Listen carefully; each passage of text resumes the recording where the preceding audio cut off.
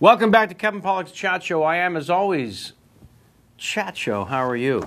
Today's podcast brought to you by,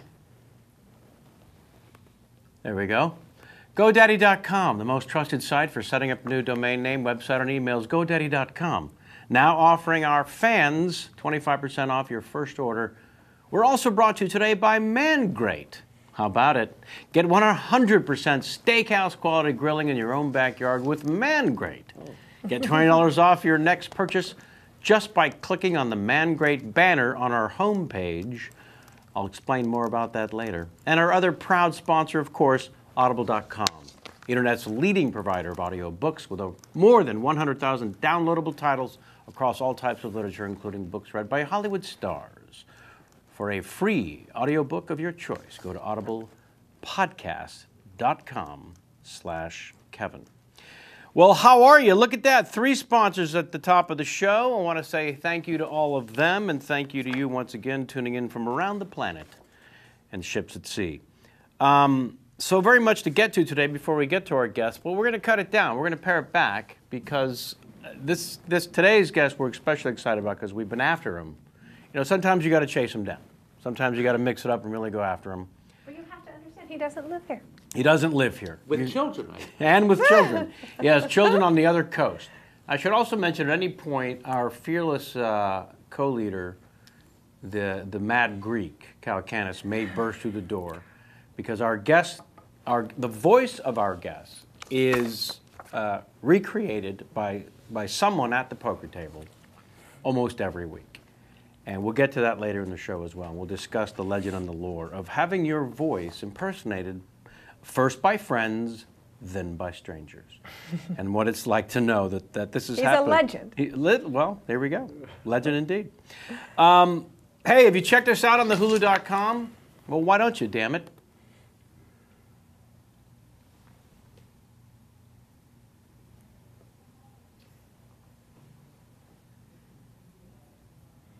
You're not buffering. There's nothing wrong with it. We're hearing from people all the time saying, hey, yeah, funny visual asshole, but I listen to the show on iTunes. I don't watch it. So, well, guess what? Your ears are buffering too because you thought there was something wrong with the show. Practical jokes are going to come up later. They're a bit of a conversation with our guests. Everything revolves around today's guest. I don't know if you've noticed that yet. If you're on your way to Amazon.com, this is your way of supporting the show. We've had people email and write to us, please. We love your emails. We'll be reading a couple today. Contact@KevinPollacksChatShow.com. People write in and say, hey, your podcast is free. God bless you. Love you. It's on iTunes. It's on the KevinPollacksChatShow.com. Now it's on the Hulu.com for free. This is all fantastic. How do we support you? How do we support you? Here's how. And it costs you 4 seconds of your life. If you're on your way to Amazon.com already to purchase one of a million billion things, stop by KevinPollacksChatShow.com first. There's a banner at the top of the home site. You click on that, it takes you right to the home page of Amazon. So by taking 4 seconds and clicking through our home page to get to Amazon, Amazon will send us a penny. There it is. Look, those of you watching the show, down at the bottom, there's your Mangrate. Up at the top, you've got the Amazon.com or the GoDaddy. You just click through these banners. See? Takes you right to the home page. Or the GoDaddy, or look at the Mangrate. Look what happens there. You're just talking about a Mangrate. If you love the barbecue like I do. Oh, man, do I love me the barbecuing. As you know, we've had several guests on the show that we booked through Twitter. It's a crazy thing, the magic of Twitter. We booked several guests, including our very first guest, LeVar Burton. People yell at these people on Twitter and say, hey, LeVar Burton, hey, at LeVar Burton, why the fuck are you not on Kevin Pollak's Chat Show? And then LeVar Burton says, I'd love to do it, and that's how we book these people. Also Fred Savage, Chris Pratt, Jim Gaffigan, Kurt Smith, Rob Riggle, Alison Brie, Virginia Madsen. So many guests have come to us through this Twitter yelling and screaming. And now, I'm very happy to announce, I've had a phone conversation that started first with him being yelled at on Twitter and him saying, I'd love to do it. David Copperfield. Yes, pretty damn excited. The incomparable, the magnificent, the magic. That is David Copperfield.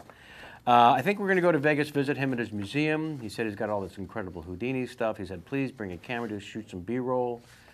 I'm so excited. We're going to go hang with the master and then have him on the chat show. It's going to be pretty awesome. Yeah. We'll keep you posted. We've never met, and I can't wait. Yeah, it's going to be pretty fun. Wow. So we'll keep you posted on that as that comes along. Talkin' Walkin', thanks for checking that out. If you've enjoyed my impersonations over the years, here's your chance to spend an hour with the magic that is Christopher Walken. Wow. Go to talkinwalkin.com or on iTunes, Walken, spelled I-N. Look, there I am eating chicken with pears with the master himself. You scroll down to see if they can actually move the page. There you go. Down a little further. There, select categories. Wait, you were there. Down to select categories on the right, select. And then those are all the episodes. Mark Evan Jackson, number 9. You pull it up, it plays, you got yourself an hour. My Dinner with Andre, only Andre is me, Christopher Walken. And I chat away like a lunatic. And we talk about everything and nothing. The cornucopia of crap that makes up life. Check us out there on the iTunes. Please subscribe there and as well as here. Let us know, write your reviews. Please keep us so close to your hearts. And thanks for being involved in the show. Like writing to us under the heading, Ask Kevin, if only there were a logo. Kevin. Look at that, there's a graphic. Ask Kevin, this one from Christopher Hernandez, spelled with a K. Of course, I mean Christopher. Dear Chat Show, I love the show, but I especially love the buffering gag. How ironic. We already did it. Is there a particular episode that you think had your best buffering gag? Well, you see, and then he says, I'll make sure to go fuck myself as soon as I can. I look forward to it. Thanks, Christopher Hernandez, Miami, Florida. People know they write the show, they write to us, they know to go fuck themselves. I love that too, that they've already caught on. They won't allow me to say, hey, go fuck yourself. Mm-hmm. I wasn't sure how to answer this, pick my favorite buffering gag, so I put it to the crew. And they had a big vote. They had a filibuster, and then ultimately it came down to this one. This episode, this might be the Krumholtz? I'm not sure which one they picked. Let's take a look. And they declined it every day, and I'm grateful for that. It could have been an offering to the alligators to keep them away. Truly. So many opportunities to get Joe away. Thank you for that. On the show. Until next week. Oh, they thought I was buffering. I went to the Bahamas for a moment, apparently. Wow. But you can't pause for these people. They are on it today. They are on it. They had a meeting before the meeting. It's Saturday. So you see what happened there? I was just pausing with a thought. I wasn't actually doing the buffering gag. And they have strict instructions in the outer studio there. If I pause and hold for any moment, you run that spinning wheel as if somebody's watching on their computer. And now we know what happens. As I get older, the wheel will just spin, reminding me that I'm old. Jamie? Hello. Hello. How are you? What's going on in your world? Welcome back from Mexico. I survived. Your first time in the United States I did down not under. get swept away by a drug cartel. We expected to lose you into white slavery. No. By Polos Polos Hermanos. Hermanos. The Chicken Brothers. The Chicken Brothers. But you're here. I'm here. You made I'm it back. back. Extra, very tan. Yeah. You're brown barbalet. I am a brown barbaloot. Any stories you can share legally? Actually, it was kind of boring. Like, Ooh. it was totally 30-year-old spring break. We sat by the pool or the beach all day. We would break for naps, and then we would go to dinner, and then go back to the room by 11 p.m. It was quite boring. Old Jews in Miami. Pretty much. Wow. What happened to 30-year-old spring break? That's pretty much what happened. That's fantastic. Yes. So I it's should kind do of a like 50-year-old spring break. I Yes. should get some friends together. We should just sleep through the entire trip. Wake up. It's quite boring. That's right. That's right. Let's play gin. We'll wake up for cards only. There you go. Tired. See, now we're writing bits. 50-year-old spring break. Well, welcome back. You were missed terribly. I was missed on the Mad Men show, too. Yeah. But you'll be back Monday with This Week in Mad Men. Yes. Check the show out, folks, on the iTunes. It's pretty fantastic. If you watch the Mad Men, you and the Lon And Janie. and Janie Haddad Tompkins every Monday at 7 p.m. 7 p.m. Pacific Daylight Time. We do a recap of the episode of Mad Men that aired the night. The night before, but Prior. it's more than a recap. You guys really We do. really research. Yeah, you offer insights that And I really research. you and Lon Harris do. Most of it. Well, you go to the Jew. Yes. And the show is great, and it's featured on iTunes all the time. But you only research for 24 hours. That's Yes. exactly right. She watches the show twice, once where I'm allowed to be there. The other time I must leave the room because it's homework, and I can't chime in. Is it because you love the show that much? I do. See, I've never seen it. And you've never seen I've never seen Downton Abbey anything. either. Downton Abbey either. Oh, no, I never have. Or Downton Abbey. That I have. I don't know. It's just a whole. I get so like we dress up for the show, and you get so immersed in the culture. When a show is that well written. I know. And that well performed, and there's that much attention to detail. And it really is. Like this past week, there was talk of a New York Times article, and that New York Times article actually existed, and like I could go online and pull it from like the New York Times archives, and they wrote that into the show. It's amazing. When they were pitching to get the Heinz, right? Yes. They were drinking Yinling beer, not only the oldest brewery in the United States, but from PA. Yes. I mean, ridiculous. The attention to detail, detail. which we go crazy for. All right, so check out This Week in Mad Men 2, you sons of bitches. Go to thisweekend.com and watch live, or check it out on iTunes. It's live Mondays, 7 p.m. Pacific Daylight Time. I see no reason not to bring in our guest at this point. I can put it off no longer. Write to us again, contact kevinpollexchatshow.com. How do you do the show? Ask Kevin or Larry King game. I did not have time to explain to my guest what the Larry King game is, so I will explain it to him at the end of the show when all the guests do their Larry King game.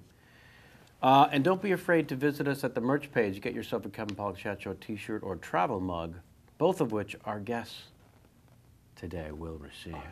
See, there's presents. All right, you know him, you love him. I could introduce him for an hour and a half, but instead I'd rather talk to him. Please welcome to the table, Mr.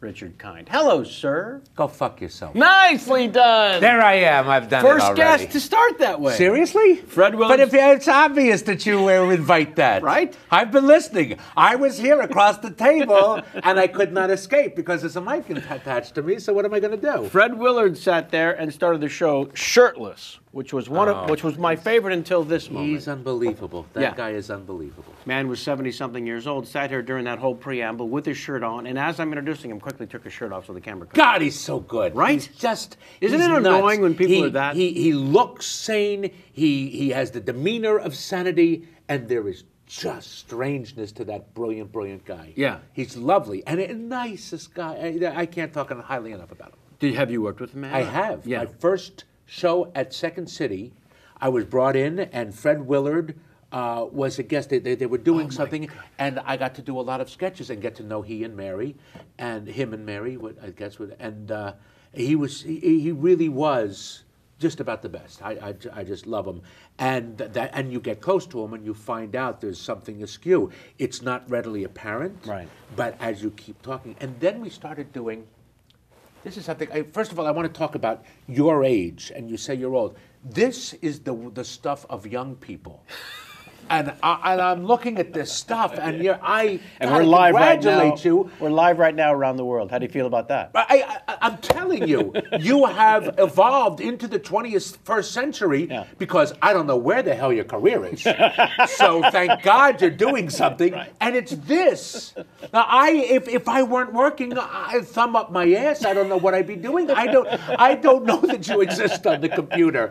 I jerk off to the computer, and then I don't know what else to do. I can't balance a checkbook on my computer. I can't do anything. All right, so Fred Willard, and by the way, I will be leading this discussion. Yes, clearly. Thank God I have all these questions. Fred Willard gets a couple of people together. Yes. To do some old sketches from, was it the That's establishment right. up in San Francisco? Committee? The committee, thank you. And some of them are brilliant. Great sketches, because I was at Second City, so we gathered a couple of Second City people, and great people, as Fred was, and some of them didn't pass the test of time. Right. They don't hold up. They don't hold up. Not only don't they hold up, a la Arthur. A great movie, but jokes about drunk drivers, not so much anymore. I see. On the order of that, a sketch that probably killed way back when, was a rape joke where a team of football players go onto a woman and it was hilarious in 1968. But it was. Yeah. And That's why we watch the Mad Men, by the way, because it's the same thing. What do you how mean? we dealt with race, how we dealt with people of the opposite sex was. Yes. You know what I mean? So archaic. Or smoking, Yeah. things that are archaic now. But needless to say, because of the way that I feel about Fred and how on top of things and how today he is with his humor, and then to see his attitude towards this sketch, and I tried talking to him about it, and he couldn't see it. He could not accept it. Still saw the humor. So it was very interesting. What he's made up. He is the best and truly one of the great people of the world. The test of time is an interesting thing for comedy also, because it's so subjective to begin with. But then when it becomes dated, we had a screening. Someone, mutual friend of past guest of the show, the wonderful Jason Reitman, does a weekly screening, and it's movies that for whatever reason he's never seen. And they're all great films. You know how it is in life. Things just get away from you. Some people have never seen Citizen Kane, blah, blah, blah. Right. So that show was Tootsie.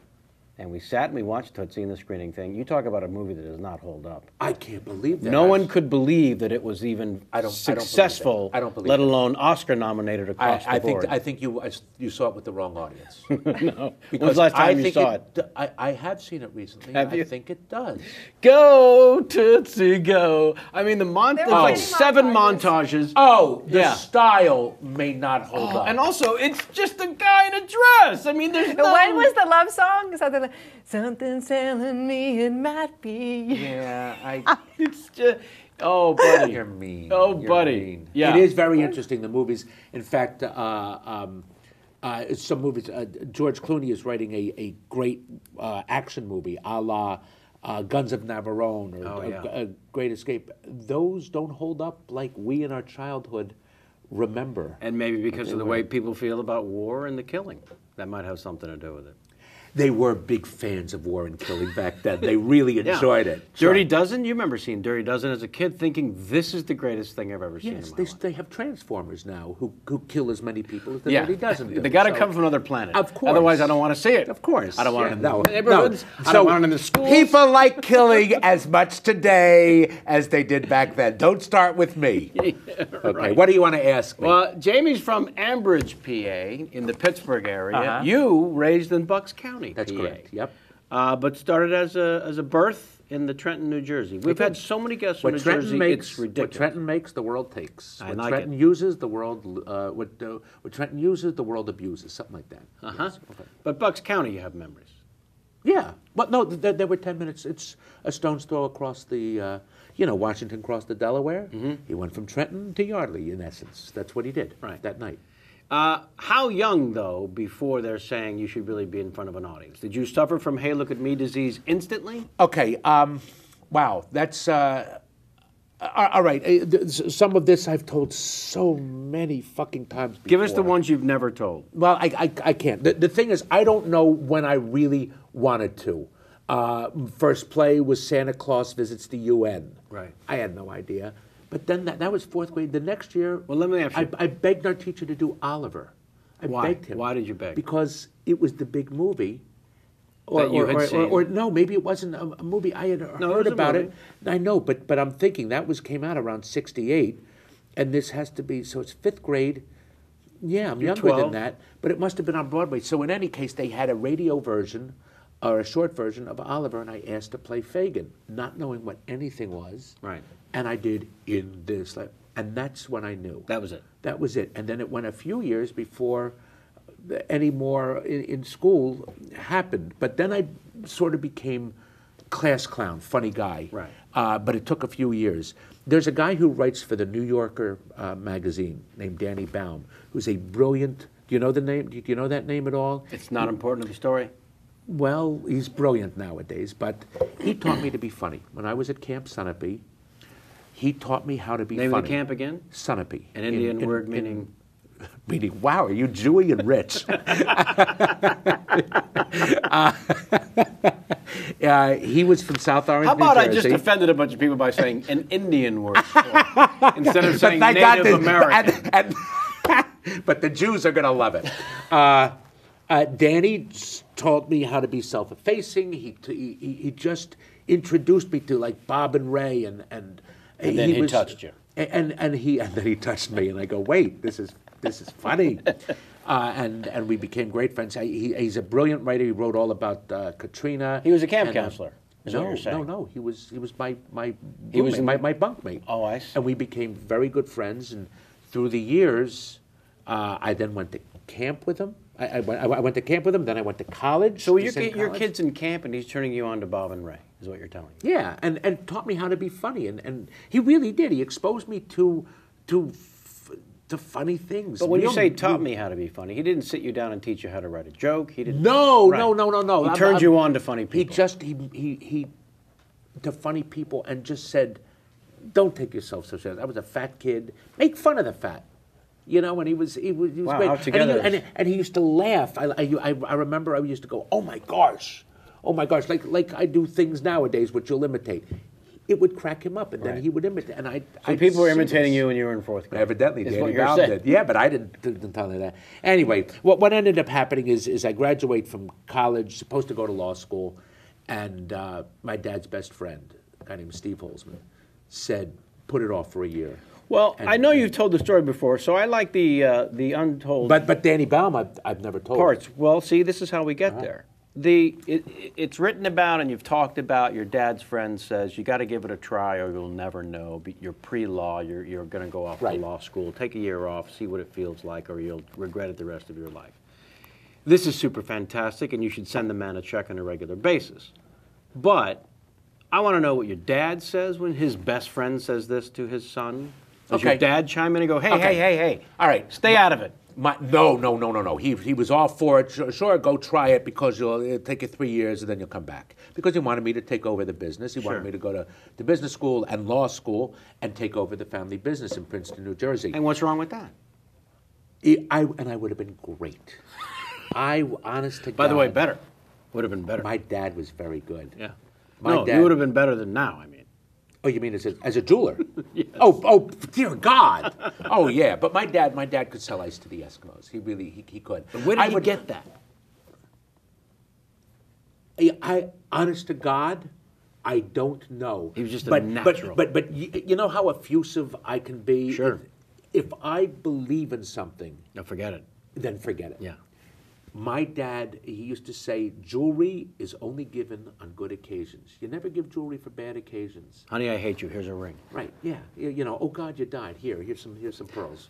It's always happy. Oh, God, you died. Oh, yeah, oh, Here's God, some you pearls. died. It's very good. It is good. You bring that to a eulogy.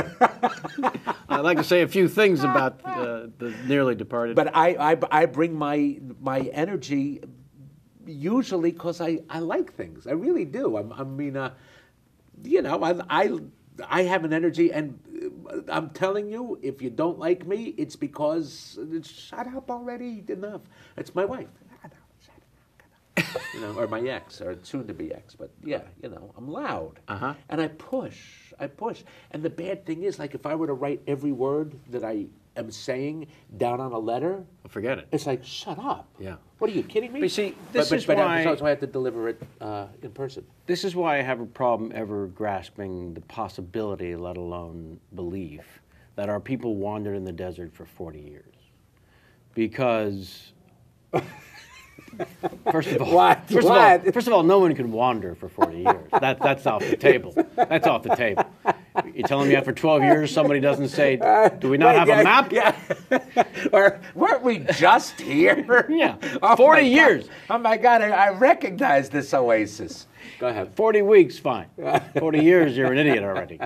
But, we're such known with the kvetching and the honest to goodness. How? No, kvetching doesn't come all at once. It takes 40 years to get it all out. Well, it's like sort of the evolution of our of the little toe is going to go away. It doesn't just come all at once. Well, there has to be an evolution of the Jews kvetching. Maybe we didn't kvetch. We needed 40 years to fine tune it. Yes, to fine tune it and say, hey, look what we do. Look what we do very, very well. Yeah, and we came out of the desert with this ability, with this wonderful. talent. We went in and we were a little lost. we're going, hey, let's not wander, let's go. And then finally we said, what are we doing? What's the hurry? We're just wandering. Enough already. Where's the fire? We came out of the desert saying, where's the fire? Who do you... Okay, wait. Here's a funny story. I don't get to tell that often because it's hilarious. Please. Well, we'll be the judge. Because you want to know what my father thought. My father didn't know whether I had talent, so he would ask anybody else. What do you think of my boy? What do you think? He would ask my teachers, does he have talent? Will he make it? Does he have it?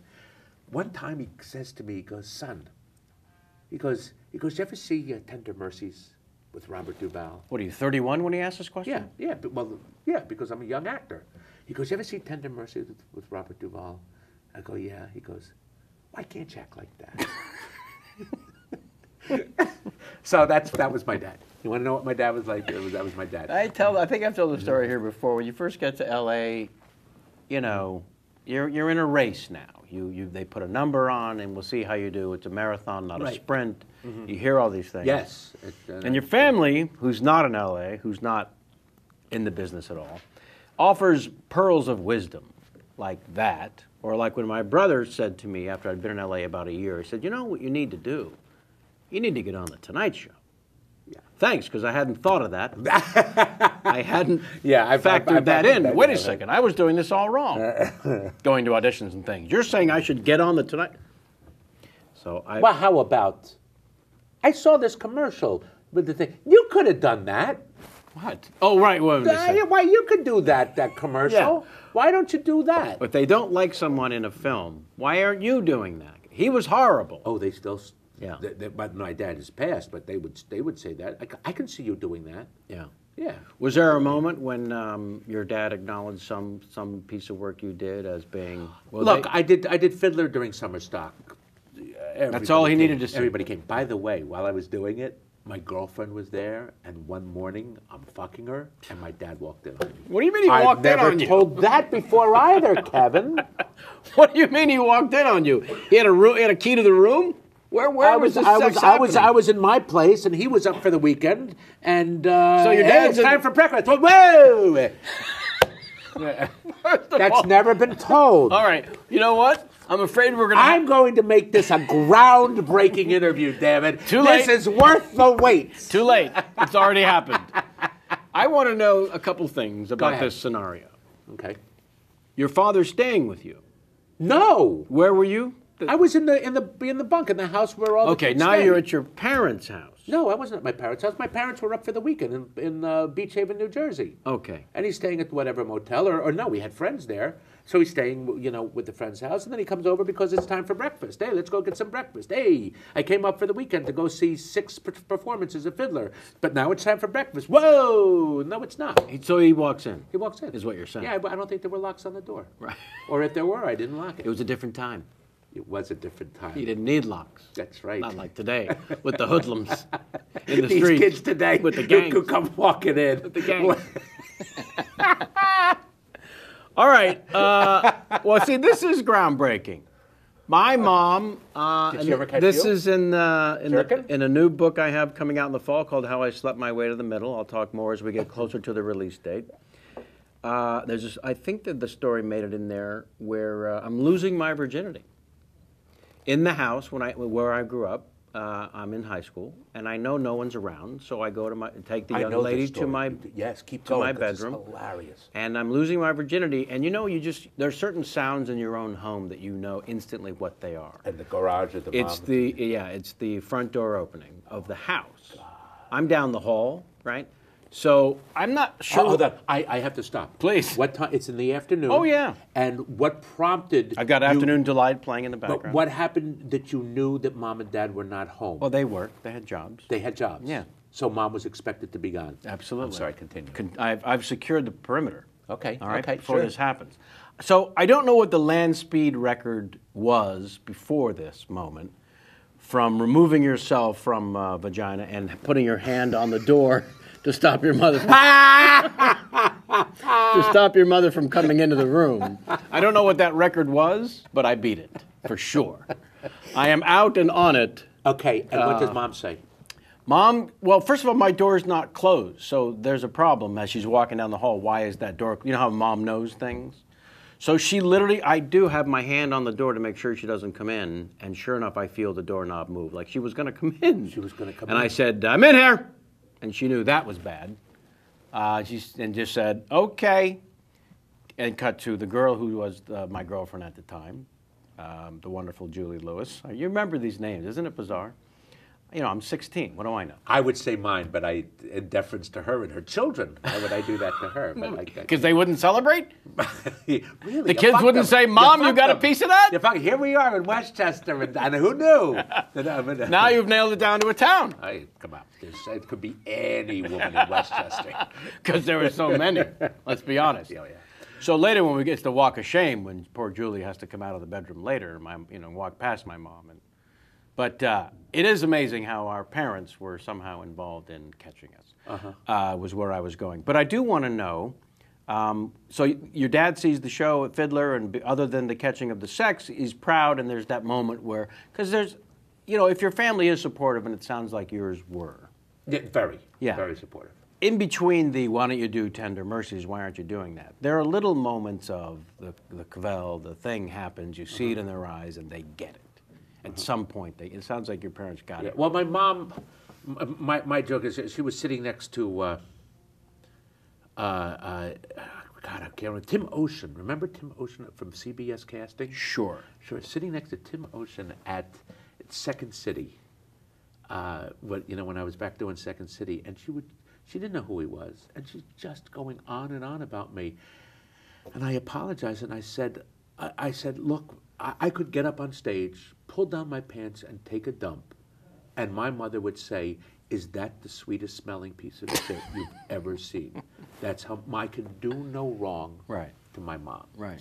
And it wasn't that I could do no right for my dad. It was like, I just don't know. I don't know whether you got it, but he did like me. I think he wanted more. Look, I used to play the Nebuchadnezzar guys and everything, and I really did just say, stop it to that. Or I try not to, and especially on stage, which is why I like to go do stage. I don't have to do what's expected from me on television. So, so I don't know whether or not, and he did see Spin City, but I now have stuff that I'm really proud of. Sure. And so I wish that he were there today. But what would really have made him proud were the people that I now get to know, or that I played Augusta Golf Course. Right. Okay, when I was doing Mad About You, and he had passed away like a year before, and it ripped my heart out that I could ask one person to play golf with me, and it wasn't my dad. Right. That upsets me so much. Right. That would have been tremendous success. Right. Tremendous success. Well, this is a perfect time to do one of the ad reads. Following the story of the sadness of his father not playing golf. I couldn't think of a better transition. You want a little tear? We just got it. We have it on camera now. Give it a little something. Ready? Thank you. GoDaddy. So you need a website for your family or your business or your crazy hobbies. The place to go? GoDaddy.com. I'll tell you what you do, my friends. It's easy. It's affordable. It's a name you know and trust. Do you know, for example, that KevinPollockStinks.com is available? That domain could be yours. As well as RichardKindAnswersToNoOne.com. That also is available. You couldn't believe those two hadn't been snatched up? Me neither. They have email, online storage, tons of stuff you need. For new customers, I have great news. New customers that are watching or listening to this program only, enter the code 25May11, that's 25May11, at GoDaddy.com to get 25% off your entire order. That's your first order, 25% off. Or you can always use Kevin10 to get 10% off any repeat orders. But your first time in, as a fan of this show, just go to, roll back, what was it, 25 Kevin 11, what was it? Come on, there you go. 25 May 11, 25 May 11, 25 May 11 to get 25% off your first order. Enter the code Kevin10 at GoDaddy.com if you want the 10% off repeat orders just for being a fan of Kevin Pollak's Chat Show. So you're pretty long. You know what I love about You want to this? take the... Sure, You know what please. Is interject, you son of a bitch. in the old days, Sure, yeah, this the is how they did it. The Philco Playhouse. Right. They were all... this is unbelievable. You have your This is sponsors. the hour brought to you by. It's right. I know. And then we get back to the it fun. actually makes me feel good. Right? It really does. Yeah.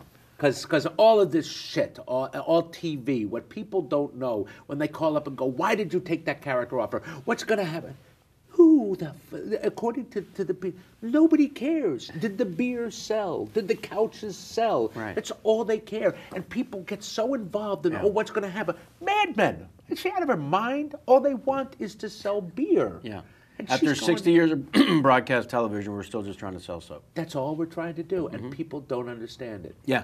Well, now with the DVR, they flip and go spin through the commercials as quickly as possible, and Right. it's become a problem. Whereas live reads, they didn't spin through that, Right. did they? I don't know. Or did they? Is there a way? well, if you're working out, Somebody- people listen to the show. You know, we hear from people all This the is time. the greatest. This is the greatest. I think this is the greatest. I want to hear about Go East, young man, first to the New York City. You spent some time there before coming back to Chicago. Yeah. How rough? Coming back to Yeah. I was in Northwestern. No, I knew I was going right to New York. So, but you go to New York. How? You know when I went to New York? You know what date it was? I don't know the date. I moved. Then into don't my ask me, apartment. 'cause how would I know? I moved into the apartment the night that Sid Vicious killed Nancy Spungen.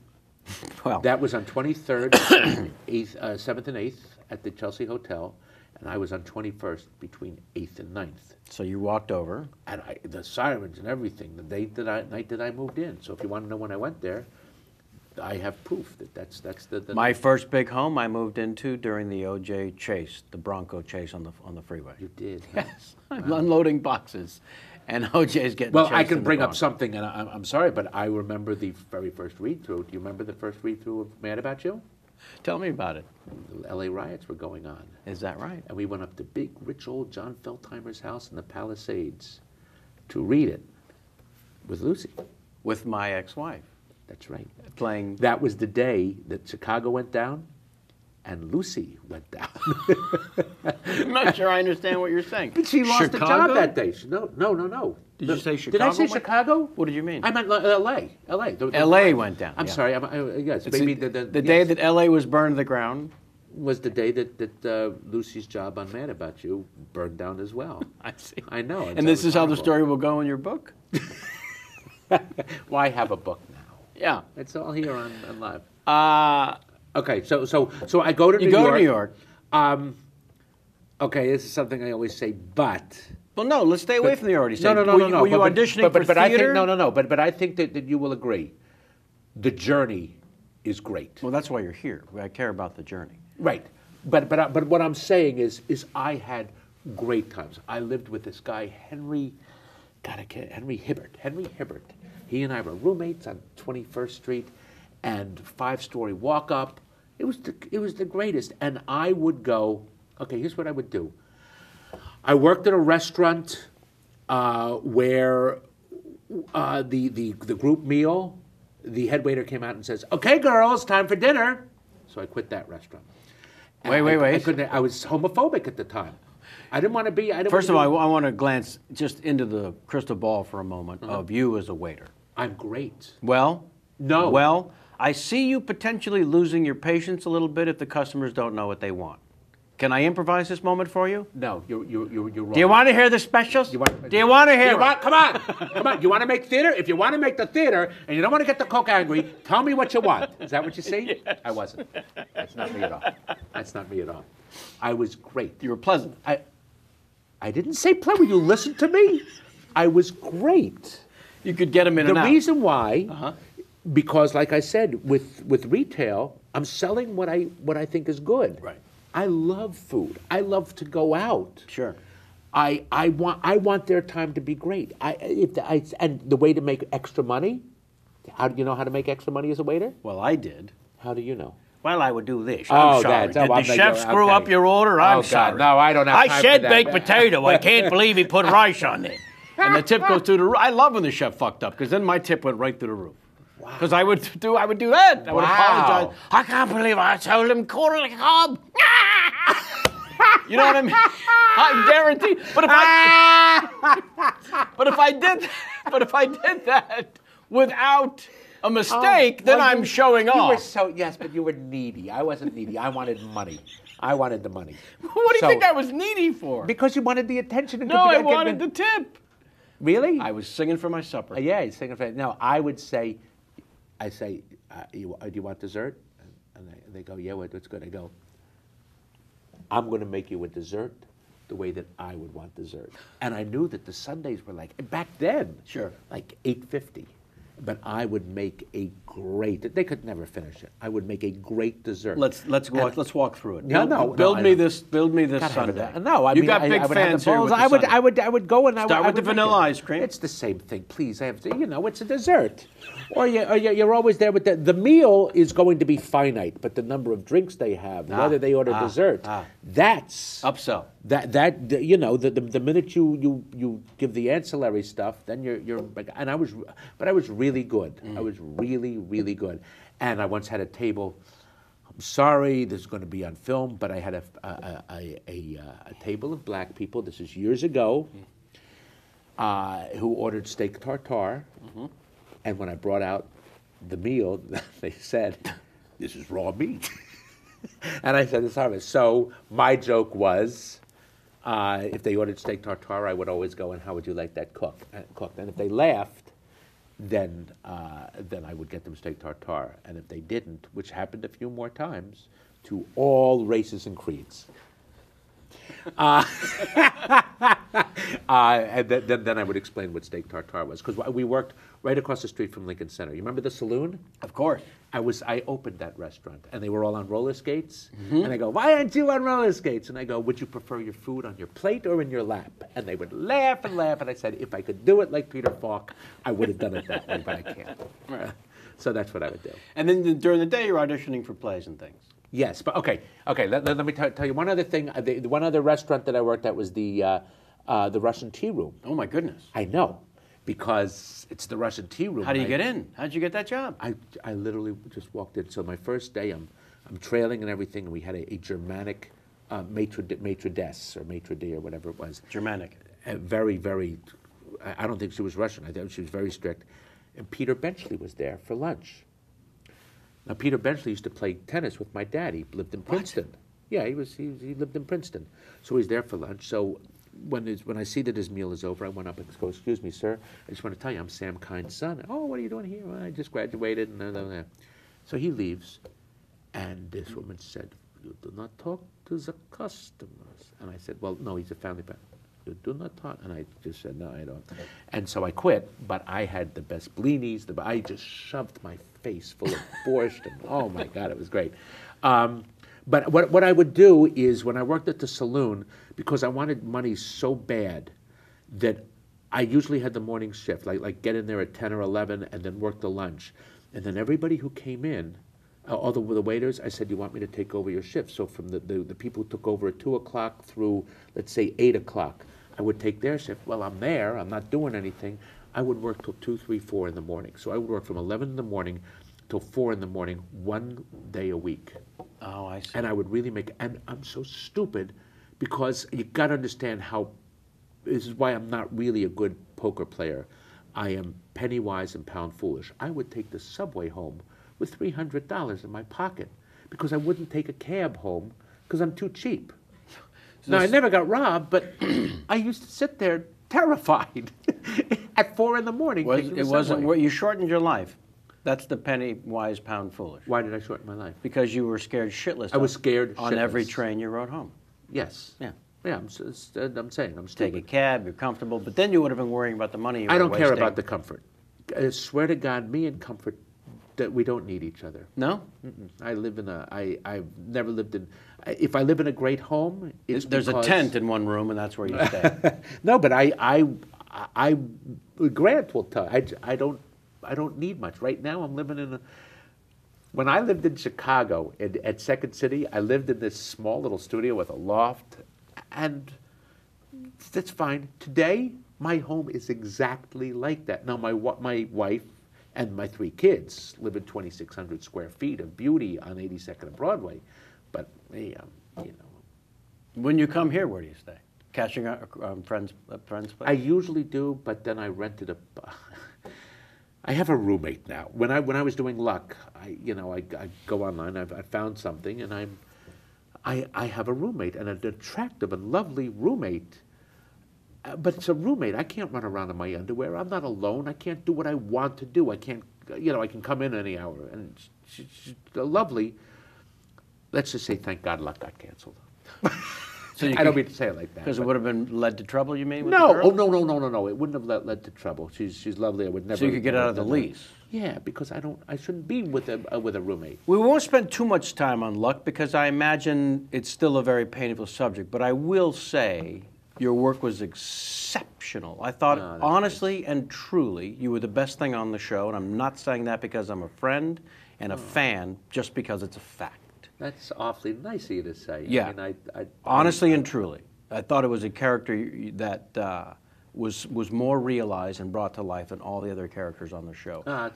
Everyone else, don't necessarily agree, but you don't have to. But I know that you do not suffer fools easily. I don't think you hand out compliments easily. No, I don't. So I'll go down the list of your rotten work in a second. I want to jump around a little bit. Okay, hold on.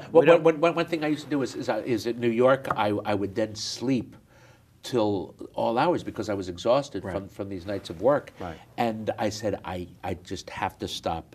I can't work all these hours. And so I quit the job. I said, I'm making too much money, and I don't think a young actor should make too much money. Wow.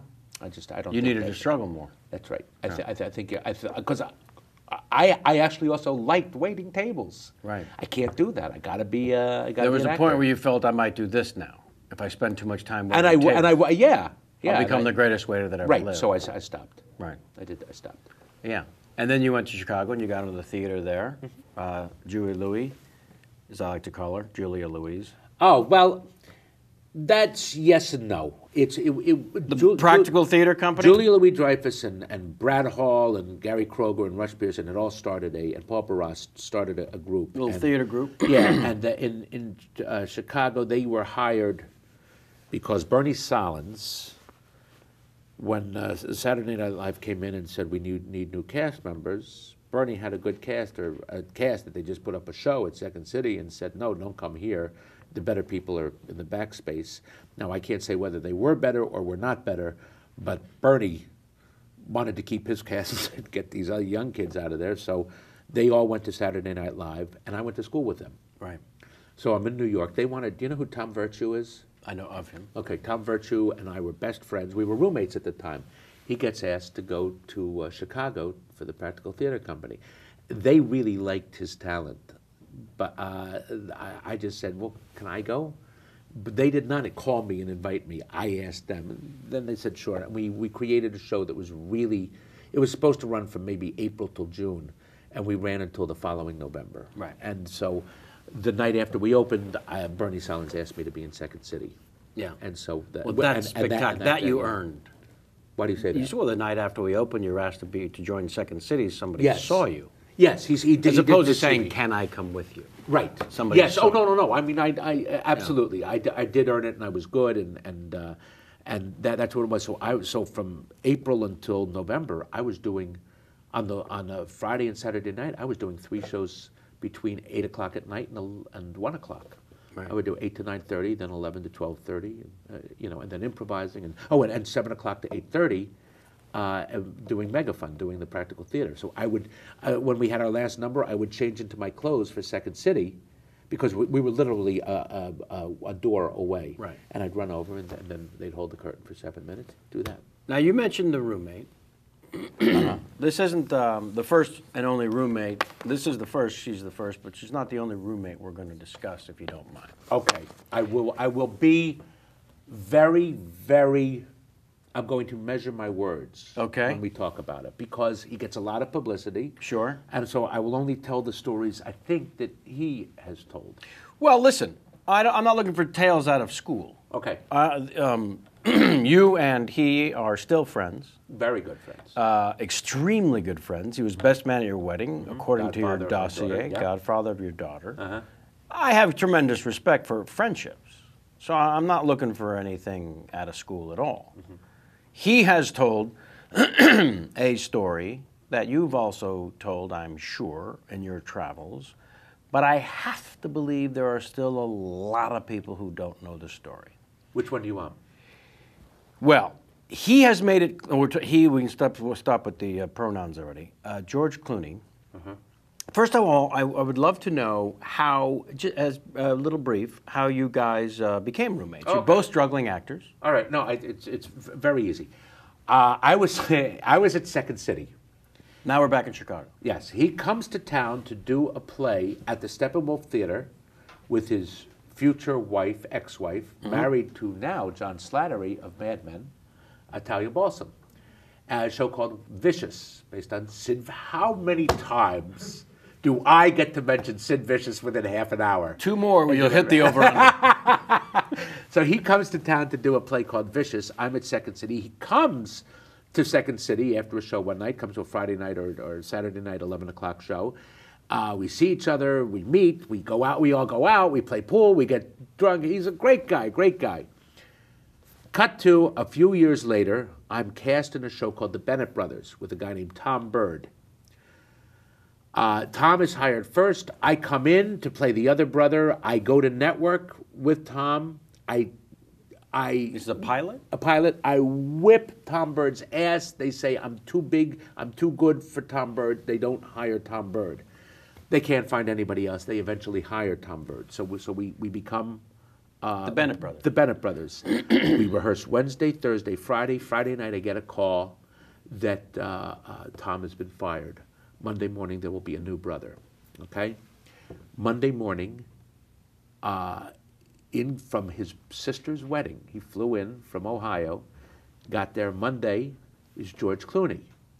But George Clooney isn't George Clooney at that time. This is one of 9 or 10 pilots he does that does not go to series. Right, it's one of the first.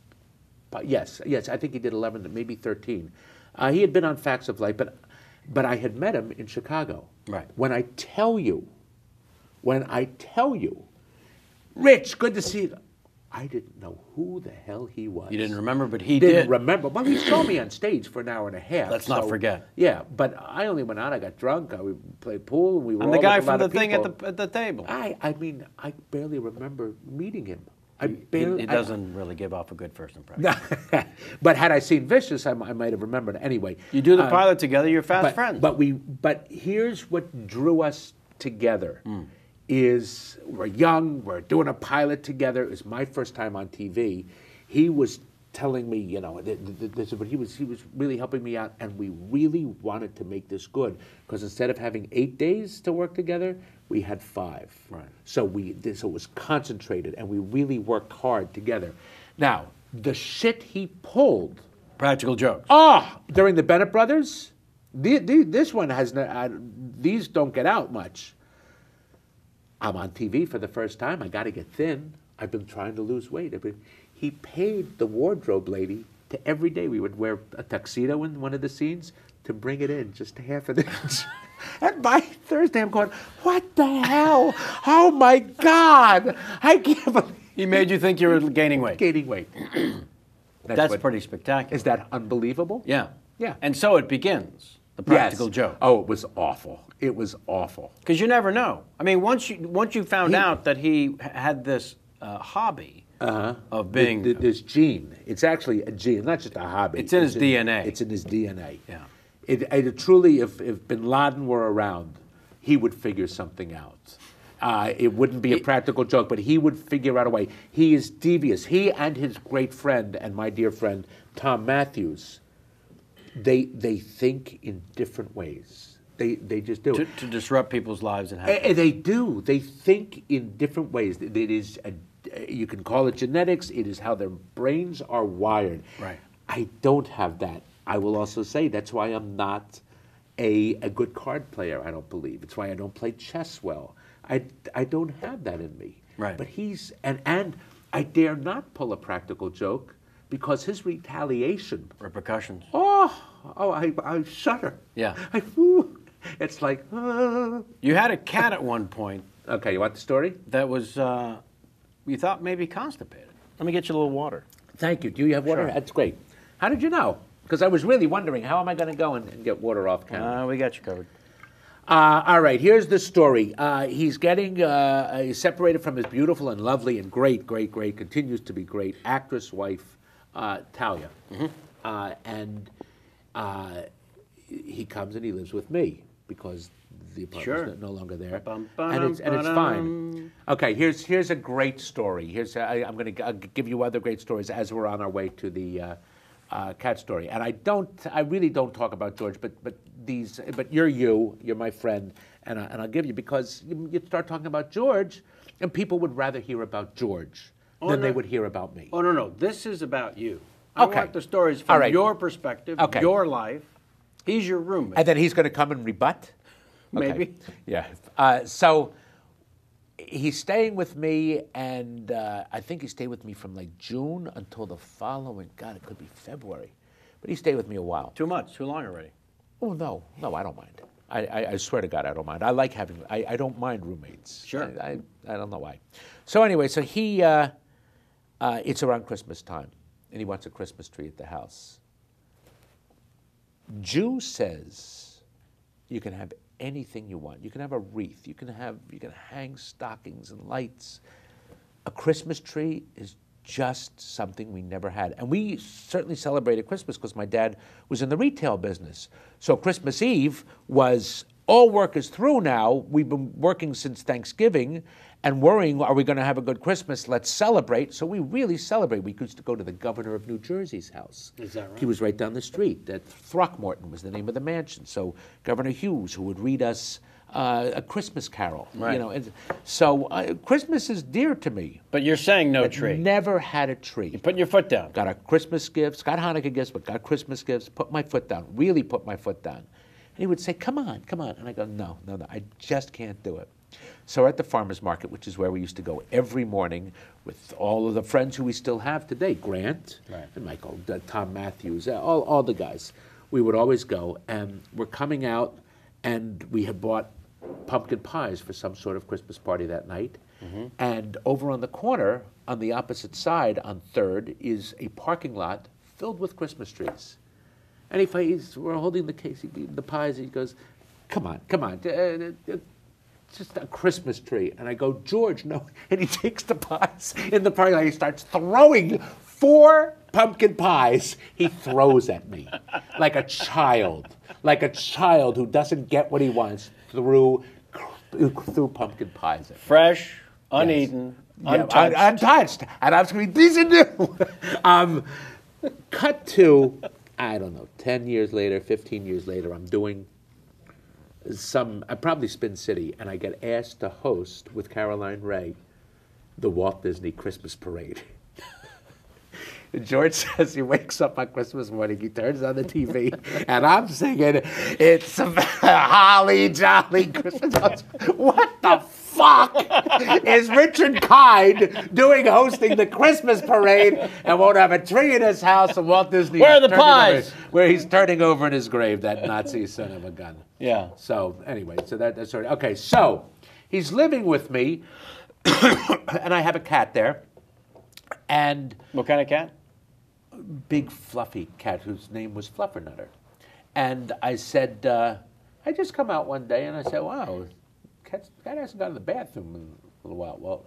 Well, because you got the tray there, the kitty litter tray. Yeah, right. You're right, responsible for cleaning it. Right, but you can tell after a couple of days, there's nothing here, right? Stop. No. Listen. You said the cat's not going. How do you know the cat's not going? Because I'm the one who cleans it. And I clean it every day. It's my job. It's my cat. I do it. And I just go, it's weird. Cat hasn't gone.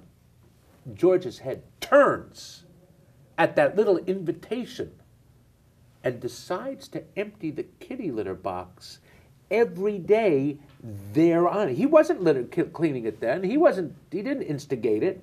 I just said something banal. So banal. And Unbeknownst to you. Unbeknownst to me, he's cleaning it. And for a while. No, I get worried. How long? Doctor? Couple weeks, couple days. No. 5, 6 days? 5, 6, 7 days. It's not that bad. A long time for a cat not to be going, Okay. I agree. is what you're thinking. Upshot is, one day I come home, And George had squatted over the cat litter box, and there was just an enormous dump. I mean, you know how you say, hey, everybody's human. George Clooney takes a shit just like everybody else. He doesn't. He takes a shit much bigger than everybody else. He's a big star.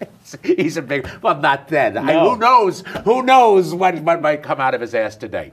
But anyway, he. So you see this, left. you think it's the cat. And I walk in. Now, I got to tell you something. I'm a slob. I am a slob of a slob of a slob. But my bathroom is always clean and immaculate. I don't know why. It's just, that to me is sanitary. The rest of the apartment, I don't care.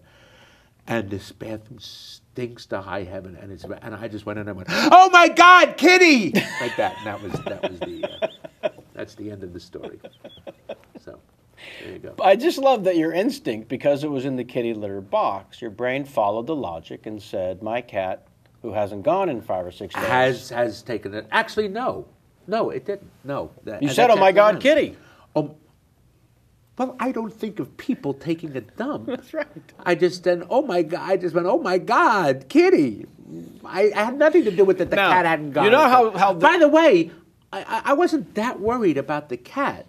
If the cat died, I would have been out of cat. I see. I just said it was innocuous. You don't understand. You don't understand. This is why it's brilliant. Right. This is why it's more devious. Yes. Yeah. I could have said, wow, these peaches went bad in shorter time than I ever thought. Or, right. Wow, I haven't gotten my Time magazine on Tuesday anymore. It comes on Wednesday. Anything. Right. Banal. Right. And out of this banality comes such evil. Yes. He was evil. He used to have this Jeep, and so it didn't have the windows on it, or if it did, it was rolled down plastic. But you don't have to do that. And he like no door, and we'd be driving down the street, and George would say, "Did you hear that?" And I go, "What?" And he goes, "Do you hear that? Is that my right wheel?" Go check that. And I would lean out, and he had seen up ahead a puddle, and he would go like that, just go right through the puddle. But he had to time that out pretty good looking down the road. He's so smart. He's constantly thinking how...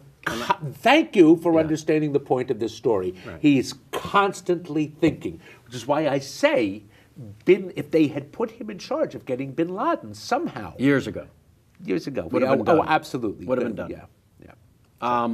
Sit there uncomfortably while I address our next sponsor, if you will. Please. I will. Yeah. As I mentioned at the top, this podcast brought to you by a couple of sponsors today. Man Great Grill Enhancement System. I'd like to welcome them to the podcast. This Father's Day, there is only one perfect gift. It's the Man Great Grill Enhancement System. What's a Man Great, you ask? About $1.43, just like downtown. Nope.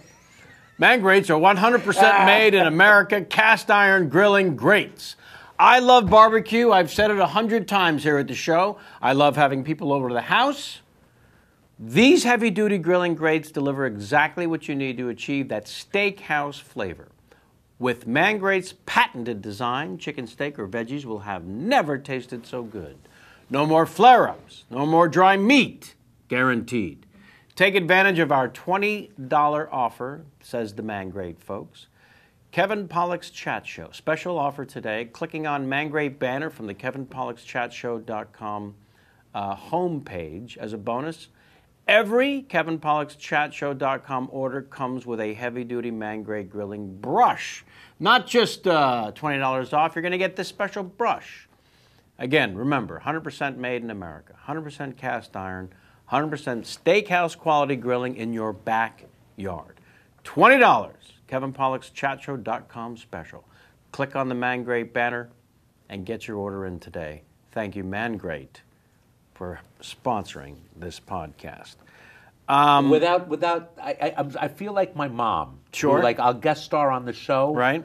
And my mother will watch every episode, even though I'm not on it, because she'll think that you're now going to go check out Man Great, aren't you? But I have a question. Sure. Do they make the barbecue thing, or are they just the grates It is a grate that sits on top that gives you that special flavor because Wow. they built in this special I have to tell circulation. you, if there's one thing that I miss in my life because I live in New York, It's that grilling outside. it's grilling outside. Yeah. And we go away and like I'll be doing summer stock. I'm and going to it is make the first threat thing. right now on camera so no one can question it later. Next time you come to town, you stay with us. There's a cat there also, but there's a big barbecue in the backyard. Is there? Oh, I we'll I- have I do love ourselves it. some steak. I really, All right? really love grilling. I'm threatening you right now live. I love it. All Okay, right. thank He you. can stay with J-Mac in the guest house. Yes, exactly. Well, I didn't say where he was staying. We'll negotiate it later. So you give us a little bit on the inside of what it's like to room with Rosemary Clooney's nephew. But what about being directed by him? Can we talk a little bit about that? Because he directed you in Confessions of a Dangerous Mind. That was a little throwaway. A little thing, bit, but yeah, but still, Yeah. Okay. No, he's he great. directed you. You got this history, this friendship.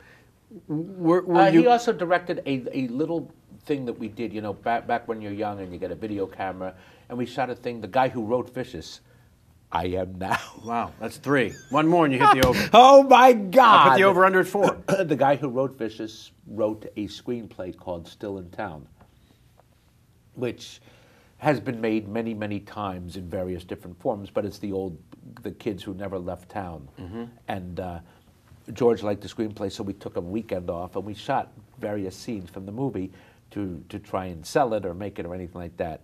And that's where he really did direct it. But it was a lot of fun. It was just, guys and women going away. We went up to, I think not Bear Mountain. What is it, Bear Mountain? Sure. Yeah, I think, or Big Bear. Big Bear. I think we went to Big Bear too. Bear Mountain might be Disneyland. But he's become a spectacular director. Yeah, a spectacular He doesn't believe filmmaker. in direction or in rehearsal, which is something I really believe in. Right. So we differ there.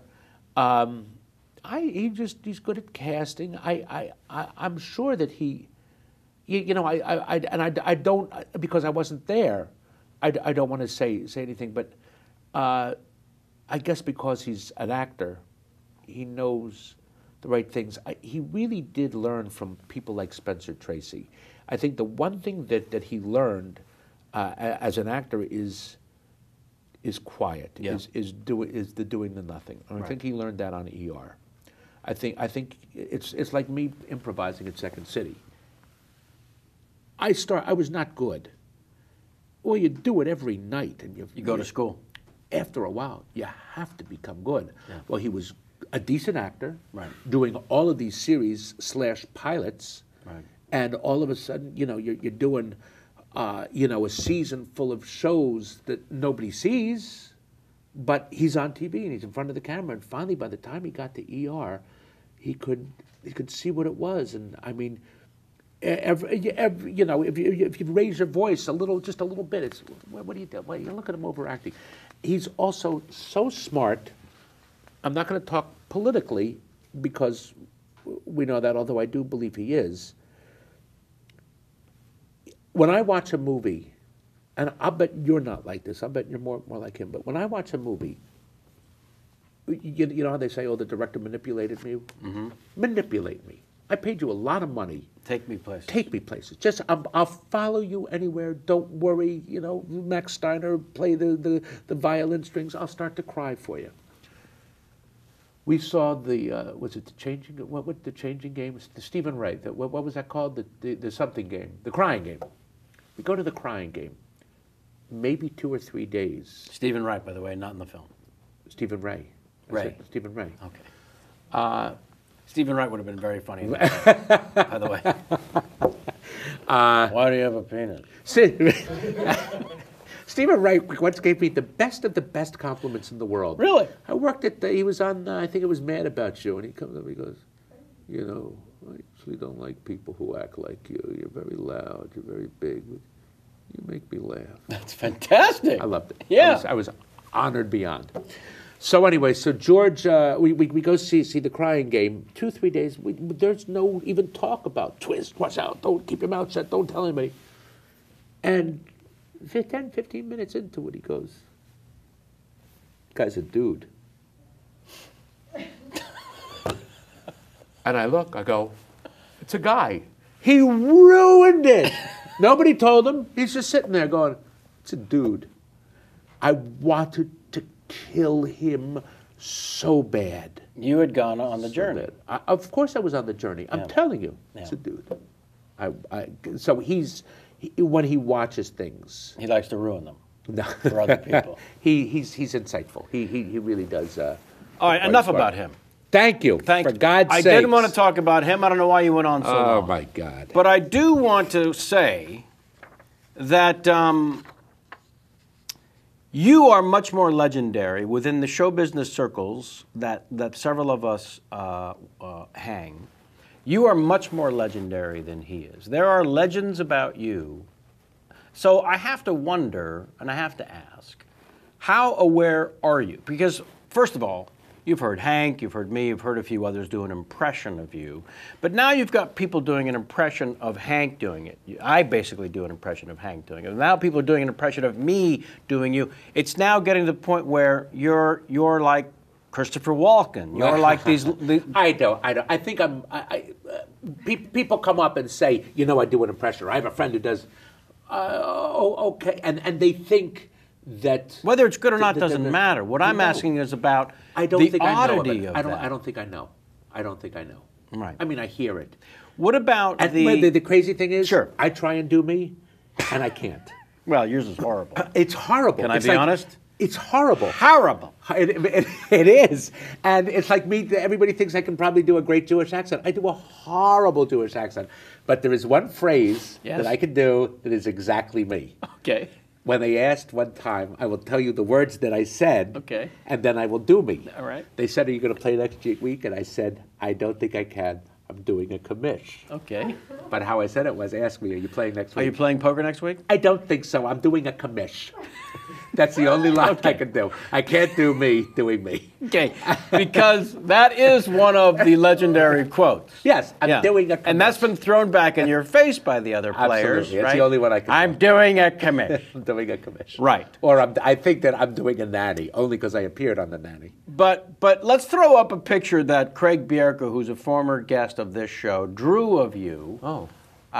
There it is. This is framed at Hank's house, I believe, in the bathroom. When you go to play poker there and you go in the bathroom to pee, you have to look at that, which is pretty terrific. So it's a very bizarre spelling of the words U-R-N. You're an idiot. You're an idiot. And he's got the little nanny button on the pants there. But there are legendary stories. Can I tell you the funniest thing that Craig Bierko ever said? Please. He said this is the funniest thing that Craig Bierko ever said? Ever said about me. About you. He said the astronauts went into space, right, and they saw two things, the Great Wall of China and every acting choice I ever made. They saw big things, is what you're saying. Yeah. That makes me laugh. From outer space. From outer space. They can see acting choices. Every acting choice I ever made. That's pretty terrific. I know, it's a very funny line. You do have legends about you, though. There are poker sayings, not just the "'cause I have a commish." Kick it too. Kick it too. All right, kick it too. No, I didn't make it up. I just go. You're in a $1, $2 game, and this is your way of saying I raise $2. Right. So you say, kick it too. All right. Kick it too. Yeah. Because he's the host. Oh. Are you familiar with this one? Sure. Right. Sure. Where does this come from? Okay. These are stories that I don't know whether your audience doesn't matter. But knowing doesn't matter. Knowing there's somebody, and you know how I love you, and I love you, but I have a feeling that there are times when you get very annoying at a game. Because you're Kevin Pollak. But I love you, and I don't know you even well enough at the games. Right. And I have never seen that. And because it's gotten such higher stakes, I don't play that much anymore. But you do. But we've played cards together. Sure. In the $1, $2 game. But when there's a lot of money on the line, you have your ways or your manners. Yeah. I can't even describe what they are. However, Ajay Segal is an asshole. By the way, however, it took 147 episodes for that to come out. I played with him last night. He was lovely. Oh, he's a great guy. And lost enough for me to be happy. He is a wonder. His new show that he co-created got picked up. So he's going to be doing a new television series that we're all going to be want to be on. But we're way too old. He prides himself on getting under people's skin, and that's why he's developed a reputation. That's right. But how does this have anything to do with the famous saying? Because he's the host. Because he utzed and he utzed and he utzed, such as everybody. And this particular night, he was getting on me, and something happened, and he said, "Well, you don't do that to Hank." And I go, It was the line, because he's the host? I literally goes, "Well, you wouldn't do that if I go, because he's the host!" That is fantastic. That's what it was. Yeah. I mean, nose to nose. Yeah. I wanted to. If I didn't say that, I would have hit him. Sure. You made the wise choice. He gets on you that bad. I once yelled. This is years ago, back when we were all starving and everything. I had an argument with Grant Heslov, and with our big Jew noses, were this far away, screaming. I mean, we were going to come to blows, and our faces were red with the same intensity. But I did say, and I'm going to go online with a story that's funny now because he's a producer and a writer, an Academy Award-winning producer and writer, and he doesn't act anymore. But we were talking about the movie Sea of Love. We were at a poker game, and I really wanted to see it. And, I know that sometimes I'm a figure of ridicule, or, you can say things to me because, hey, and a lot of times I let it roll down my back. I've got thick skin, okay? Sure. And anyway, I was saying, they were talking about it, and I go, no, don't talk about it. I haven't seen it yet. And they kept talking, please don't talk about it. And just out of cruelty, Sure. he says, the cable guy is the villain, or the cable guy is the murderer. And that, to me, is just... By the way, spoiler alert, if anyone hasn't seen right, Sea of Love. Right, okay, well, it was... Look, it's like saying Rosebud is a sled. It's, What? Okay, so he says it clearly. It's just a slap come in the at face. you. Not just a slap in the face, but it was just, there's no respect No. for me Right. at all. It's like, you're shit, and I'm going to treat you like shit. And I just went, fuck you, actor who never works. And I that hurt me more than what he did. But there was a great episode of All in the Family. I'd love to see it. I just remembered all four of them were bickering, and finally one day Edith just tells this story about when she was young, and they were all arguing, and somebody said something that was so hurtful that the family was never the same again. And I thank God that Grant and I have gone beyond that, but it hurt me. What he did hurt me so much, but what I said to him hurt me so much deeper than what he said to me. You got too personal. Yeah. Oh, yes. But I was backed against the wall, and it got personal. Ajay, I wish I could say that to him. He should die a fiery death. That's on the way home. That's what you're saying. Yeah. This may be of the great historical legendary. Am I talking too much? Like, you're asking me these questions, and I just am giving the longest answers. So far, you've got an A on the exam. Okay, good, fine. It's an oral exam, luckily for you. Which is why you were cast at one point to be a real life Muppet, by the way. I heard. Not a voice of a Muppet. Yeah. Not the only human surrounded by Muppets. You were going to be a human Muppet. Yeah. There's not a prayer in hell that would have ever happened. Mm-hmm. God, it's brilliant. Yeah. It's just fantastic. Terrific idea. It's just fantastic. But here's my favorite legendary story about you. Okay. If I may. And then I'd like you to rebut if, in fact, the facts are not true. Because even if it's apocryphal, it's still great for me. Okay. You're at a bar with some friends, or just a friend, not sure, but you're at a bar with one or more friends. It's a couple of young ladies there, and you're introduced to one of them, and you say, you're very lovely. What is your name? And she tells you what her name is. She's new in town, and she has plans to be an actress.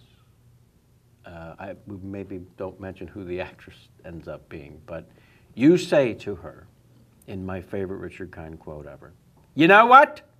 You're going to do very well here. You know why? Because you're pretty, but you're not beautiful. It's so true. Okay. It's so true. I was at dinner with Now, Hank Azaria, his agent, Right. her agent, and myself. She was just coming to town, and it's absolutely how I feel about her. And I think it is. But what plus. made you think that any woman would want to hear that? It's why I don't work more in this town. You know why? It's the greatest line ever, because the truth is in your heart. In my heart, you were it's saying the something truth. helpful. She's a character actress. Right.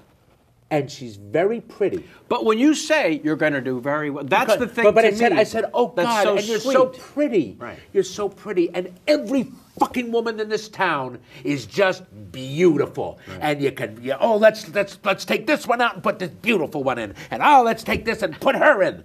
But you're so pretty. You're going to do great. Right. You're just beautiful. And I knew she was a character actress, and she's pretty, and she's. I'm not going to go on, but I did, and that's. I honestly, like I say, I speak from the heart. Yes. I'm not. I think I can be in my head cruel. But it's honest. But it's no. But my heart would never allow me to do that out loud. But God knows, locker room talk or around the table, you become cruel. Sure. Like people will tell racist jokes. Do they? I've heard. Oh. But they, but you would never mean them. I would never ask you to tell any now. Oh, God. I heard 2 jokes recently that are so great. But they're awful. Yeah, but they're not racist, but they're awful, and it's just great. But my point is that I do speak, I speak from the heart when I say things like that. Right. And it really was from the heart, and it was my assessment. I kept of who she was. threatening you that we. Wait, have... do you want to hear one of the jokes? Sure. It's really bad taste. I know you'll like bad taste. Is it going to offend a race? No. Okay, good. No. Then have at it. What's black and white and doesn't like sex? Your mind goes to a nun, but I'm sure that's not it. The 4-year-old in the trunk of my car. All right, let's go to the call. Is it horrible? It makes me As a laugh. father of... Oh, 3. 3. Please, but that's why I can tell it, because I love my kids, and I prove day after day after day that you would never have one in the trunk of your car. What a good man I am. Which is why I can laugh at that horrible, horrible joke. Yeah. Should I never have told that on the air? It's You lovely. tell me. It's hilarious. It makes me laugh. You got to go dark. To make comedians laugh, you got to go dark. That's exactly right. You gotta go we were dark. talking about this yesterday. Is that well, God, I was talking with Jeff Garland about the worst thing in the world is to go to a funeral with a comedian. Oh, if you're dead. Yes, because of the unintended. jokes. But what's even worse is then to go to a funeral alone. Which Well, is, sure. So No, you made it sad. Yeah, no, but that's what's Yeah. great. Yeah. Yeah. I told you we had live questions coming to you. No. So this is live. So what goes on Sunday then? We are normally live every Sunday. Right. And for over 3 years now, we're live every Sunday. We've done a few pre-tapes where the guest wasn't available on Sunday. This week, same with you. You weren't available on Sunday, so we decided to pre-tape it. Then, at the last moment, we decided for the first time ever To go live on to Friday. actually go live on a different On day this- than Sunday. On this Sabbath. you'll So go this live. will Uh-oh. this will Now I'm going to get attacked because of the right? joke, but go ahead. This will go again on Sunday in our normal time slot okay. of 3 p.m. Can you cut West out that Coast joke time. that I really made a mistake telling? Oh, there's no mistakes here. Okay, good. But we have these live questions coming into you. This one from the Twitter. You're not on the Twitter. You don't care for it. I don't know Twitter or Facebook. Nice for I you. don't. I am not on Facebook either because I Okay. don't like my friends. I don't want them to know where I am. But this one is to you from Twitter, @Peter Schuler 4. Would you rather play Paul Lynde or Charles Nelson Riley in a biopic? Go fuck yourself. Nicely done. Okay, no, And no, no, also no, no, the no, correct no. answer. No, hold on. I will tell you. Your choices again, Paul Lynde or Charles Nelson Riley? The reason why I'm answering this question is Charles Nelson Riley was brilliant. He's only known for doing what we all know him for, but if you look at who he was, he directed operas, he directed Julie Harris, he was a great teacher. And there's a disc out about Charles, of his one-man show. And I never saw his one-man show live, but I saw it on this DVD, and it's spectacular. It's just wonderful. And so I'm giving credence to this funny question, but I've always wanted to take what his script was and do it because it rises above who he was. Right. And anyway, so that's what it really is quite beautiful.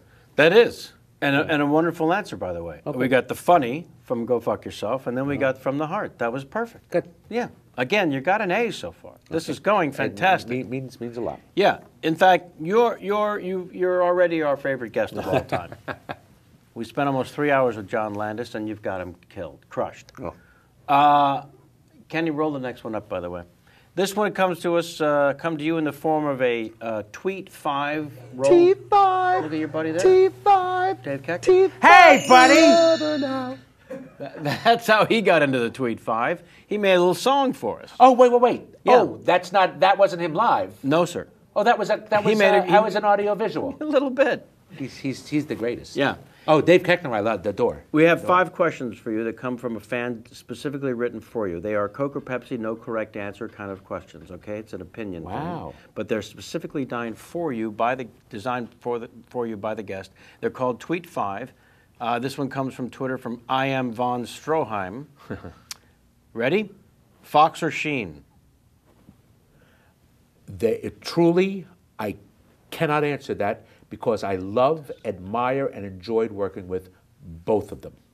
Truly. That's the correct answer then. Truly. But ask me about Michael Fox afterwards. Okay.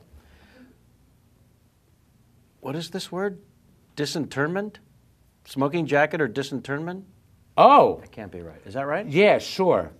God, you want to know what the answer is? Yes. Black Swan. Thank you. The Boys or the Rat Pack? Wow. I'm a member of the Boys, but we all aspire to the Rat Pack. But I am who I am, happy in my life because of the Boys. Nice. I owe it all. The Grand or Rounders? Neither. One of which you're in. Right. Still not. Nor the Cincinnati Kid. Nothing. I'd rather see the Gin Game. Clooney or Hesloff is the last question here. The fuck? Clearly. Michael J. Fox. When he was doing Spin City, he was hired. Hold that thought. We're have going to to do use it it as a teaser. This podcast is also brought to you by Audible.com. See what we did there? The internet's leading provider of audiobooks with more than 100,000 downloadable titles across all types of literature featuring audio versions of many New York Times bestsellers. Have you ever visited Harlem with Samuel L. Jackson? Traveled the Yellow Brick Road with Anne Hathaway? Have you explored the pangs of youth with Susan Sarandon? Or the pangs of love with Kate Winslet? All of these and more are available at Audible.com. A list of collection features Hollywood's finest readings, their favorite books. From A Rage in Harlem to The Wonderful Wizard of Oz and The Member of Our Wedding. Performances star Dustin Hoffman, Colin Firth, Nicole Kidman, and more. For our listeners only, Audible.com is offering a free audiobook to give you a chance to try out their service. Maybe you'll enjoy one of my recommendations for this week. 50 Shades of Grey, Book 1 by E.L. James, narrated by Becca Bateau. Man-Made, A Stupid Quest for Masculinity by Joel Stein, narrated by Joel Stein. For a free audiobook of your choice, go to audiblepodcast.com/Kevin. That's audiblepodcast.com/Kevin. Okay. Have you read Hope, a Tragedy? What? Have you read Hope, a Tragedy by Shalom or Solomon Auslander. Kevin doesn't read. Yeah, no, Kevin doesn't read. This one you should. Yeah? And you should try and get to do the audiobook because you have it in.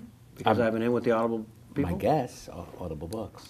Jamie, did you have a question for our guest, by the way? Do you want to hear about the Michael J. Fox? I thought you were talking. He was going to go into the Michael J. Fox. Yeah. We're fascinated by your experience. All with the right, man. Michael was when he was hired by ABC. To do Spin City. To do Spin City, a few people knew He was already... that he was ill, Right. or had this illness. They still took a chance. They still did it. There were no real symptoms at the time. Right. When I was working the last year, we didn't know about it, and it's like he would be smoking and his hand would be shaking, and I go, "Well, you got to quit them." I mean, come on, Michael. Quit the cigarettes? Quit the cigarettes. And we had no idea anything. And because of his illness, there were certain times where his body just couldn't take it.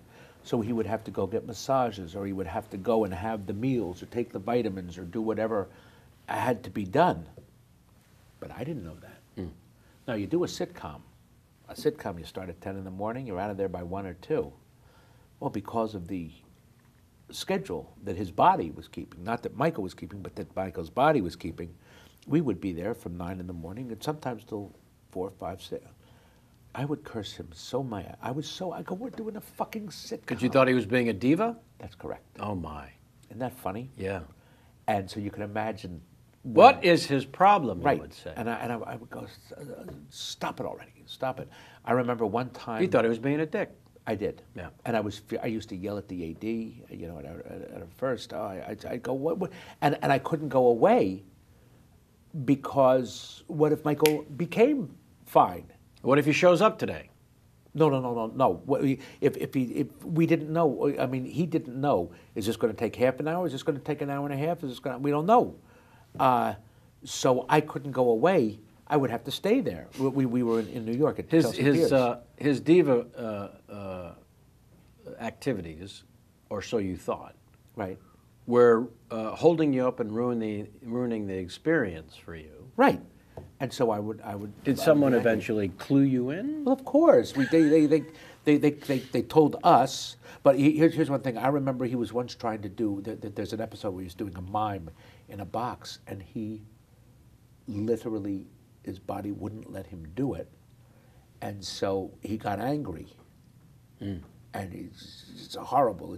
Now I didn't know he was getting angry at his body or at himself. I thought, hey, it's not a great joke, but it'll play. And so he got rid of the joke because he couldn't do it, or he had to literally unscrew a light bulb at one point, and his body wouldn't let him do it. And he would get so angry, and I go, hey, take it easy, Michael. But he was so angry at this horrible, horrible disease. Yeah. So it was very interesting. Then we learned, our cast learned about everything and didn't say a word. We learned, I think, prior to Christmas. Everything then made sense. Right. And then Did you go up? Were you tempted at all to go up and say, I just wanted to apologize. I thought you were an asshole. no, I think I'm doing that right now. Okay, good. Okay. No, he knows. Yeah. Yeah, I didn't tell him then because I didn't realize it either. Sure. I had no idea. I mean, it only came out later. I didn't know about Parkinson's that this is what he'd have to do because he didn't really continue with the show when he was what's the word? It's not inflicted. I guess inflicted with Sure. with the disease. What's interesting is that he finally got to have kind of fun with that very thing of on Curb. Yes, is that Right? hilarious? That he really got Yeah. a chance to have fun with the whole affliction, Yeah. in a sense. Right. Well, my joke is now I play golf with him, and they go, "Really? How does he play?" And I go, "Oh, he's a terrible putter. Has nothing to do with Parkinson's. He's just a terrible putter. No, but he can swat the ball. He's a hockey player, so Yeah. he knows the moves. He's a great golfer. Loves the game, and he's Let's great. talk about Curb a little bit, because you're doing phenomenal work on it. I haven't done work on that in 2.5, 3 years. I'm not keeping track of what this Okay. season or that one. I just know that when you're on it, it makes me laugh real It hard. makes me laugh too. I'm Yeah. blessed. I'm blessed to have been part of it. And how much improvising all the time? Oh yeah, well you've talked to who have you talked to that's been on the show? Just a couple of people. But I always sense that certain scenes are a little more scripted than others. It can't be that every single. Here, let me tell you something. Yeah. When Larry does the scenario, it's got to be 21, 22 pages long. He knows exactly what's going to be filmed. We make up the words and the dialogue, but he knows exactly what he wants. Now, what made me mad about The Grand was that I don't think that Zach exactly knew what was going to be in the scene. He wrote a couple of sentences, and we took off from there. But although I'm a good improviser, I don't think I'm. I would. You'd like some structure. I would like a little more. Oddly enough, Zach was a great director. He was great. He's known as a writer, but More so now. What do you mean? He's got a big hit on his hands. What is it? What you doing? Really? What's out? I don't know. What's the big hit that he wrote? Somebody want to look up Zach Penn? Well, and a great guy and a great writer, but this particular scenario I thought should have been more dense. Like Larry, his outline was about 22 pages long for an hour and a half movie, rather than what Larry does with each episode. But we do improvise every single line that we speak. Right. So it's not there. Is it Avengers? Yeah, it's Avengers. He wrote Avengers? Well, he wrote it. Yeah, I mean, Joss Whedon, the director, also was involved. Right, but yeah. Oh, you may want to good. start kissing that ass again. Oh no! Look, he's a great friend. But my God, all the guys, every movie he's written has been a hit. Oh, he's terrific. Yeah. But what he's you're saying great. is that there was an example of improv that did not have the structure. Right, but I'll tell you who did impose structure on it because he's a good writer himself. I think Ray Romano in that movie kills me. Do you know the movie? The Grand. I've not seen it. Oh, you should. Oh, it's very funny. Well, now that you've said such great things about it, of course I'm well, I was joking about the Rounders. I thought Grand. I hated Rounders. Rounders is no good. I know. I was being glib about that question. I mean, as a poker player, I hated it. Right. Honestly and truly. You'll enjoy The Grand. Oh, you should see The Grand. It's a lot of very funny things. Ray Romano is hilarious. He got these ideas in his head, and he found an outlet for it because he's a writer. Right. I'm not a writer. I'll say. But it's true. So you've never pursued that? Never. Really? Never. No never. interest. Never. I improvised when I was at Second City, and that's the closest. And as we were, at Second City, what you do is you'll improvise a scene. It's not going to be any good, so you go backstage and you think about it, and then the next night you re-improvise it. You don't write it. Right. You re-improvise it. You do that for maybe a month. And then and then you get the best of what you've done, and then you put it into writer's form. And I was no good at that. People would do it, who I was working with. They were better at it. I don't think I'm much of a writer. I don't think I'm very good. All right. Yeah. Well, you got that one wrong. I think you would be a great writer. Oh, you're very nice. You don't have the discipline or the desire, but if you were forced to sit down and tell, because it's all about being a storyteller. I might be able to do it with somebody. Right. I don't. I If you can't sat do- in a room I can't do it alone. And with a monkey who could type. You might be right. You might be right. I want to talk about your stage work because it's really impressive, and I think it's where you've creatively found the most fun and happiness. Have you ever seen me on stage? I've not, and it kills me to say that. Yeah. Please, Oh, yeah. you're at the Hollywood Bowl doing the producers win. I think the last week of July. I think The it's last week of 27th, July. 28th, and 29th. I've been told I'm no longer allowed to bring Jamie to Hollywood Bowl because she hates the place. Really? But to see you doing the producers, Tell me why. I would come to see you. yeah. To Oh, see yeah, you doing the producers, I think we're going to make the trip. Is it locked in stone? I don't mean the date, but it's definitely happening. No, I think it is. We'll follow the progress. Okay, what you should see, this is not locked in stone, but I hope it happens. In the fall, I'm doing The Prince of Broadway. It is a retrospective of how Prince's shows, starting from Pajama Game up through the present. So that's West Side Story, Company, Sweeney Todd, Phantom of the Opera, Fiddler on the Roof, everything. So I'm going to be doing that with 8 other people.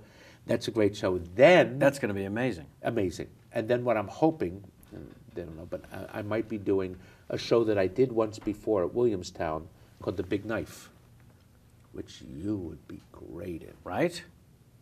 Oh God! I You mean together? it's the lead will be Bobby Cannavale. Love Bobby Cannavale. So do I. He's great. You should have him on this show. I'd He's love great. to have him. Oh yeah, Is he ever out here? Yeah. Okay. Oh God, yeah. Hook it up. Okay. Seriously. I'll tell him. This is how the show gets booked, by the way. Oh. I'm a fan of somebody, and then I ask Bob- others to help me. Bobby's get 'em. great, and loads of stories. Fun. He's great, but he And you work he's- together on the station agent also, right? And we're supposed to do win-win, and I couldn't do it Right. because of luck. It was an awful story. But anyway, Bobby was at Williamstown when I did The Big Knife that Joanne Woodward directed. And he always wanted to do it. And I did this part, the Rod Steiger part, and not a lot of people know the play. So Bobby was enamored by that play. He's always wanted to do it. I heard that they've tried 3 times at the Roundabout to do the production. Every reading has not been what it should be. And we just did a reading with Doug Hughes, and they offered me the role. I'm praying to God that I can do it. Right. But it's a role that you've never seen me do. Right. But that's what I get to do. Oh, how nice. The man is an awful, vicious, not vindictive, but he's just powerful studio head based on Harry Cohn. Wow. And it's a vicious, awful man.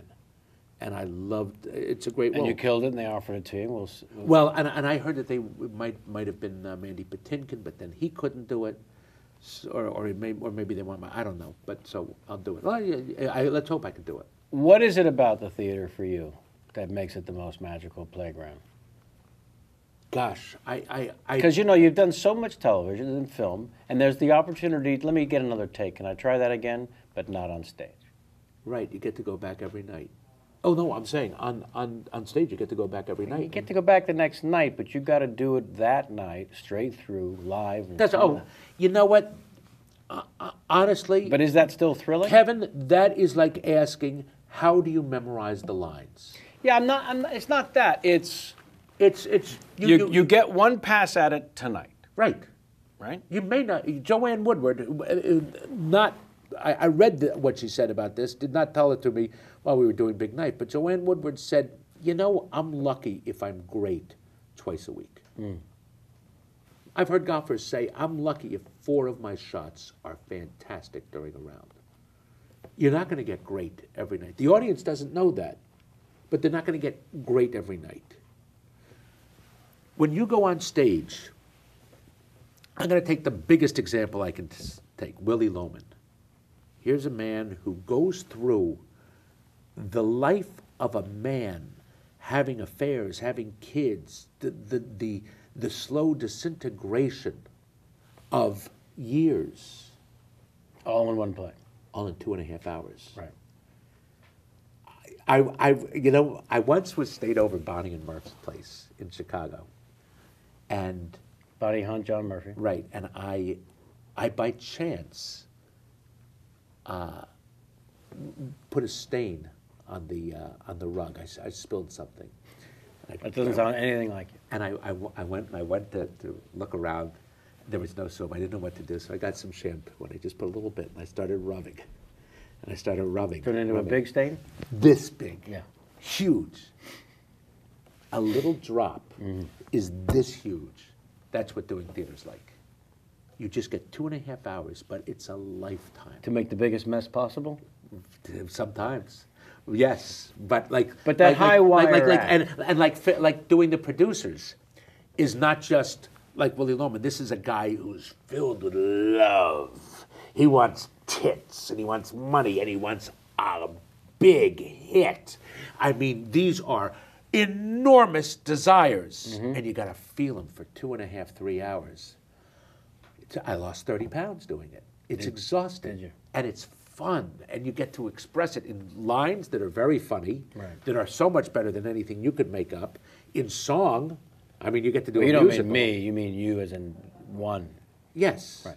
Yes, as an actor gets to, yes, you meaning Y-A. Uh-huh. Yeah, you get to. That's a blast. It's so much. Oh my God, it's liberating, and you're exhausted, and you can't go. You know. Also, You did the Producers on Broadway with, was it Steven Weber? Who'd you do it with? No, I didn't do it with Steven. I wish I had. I did it with.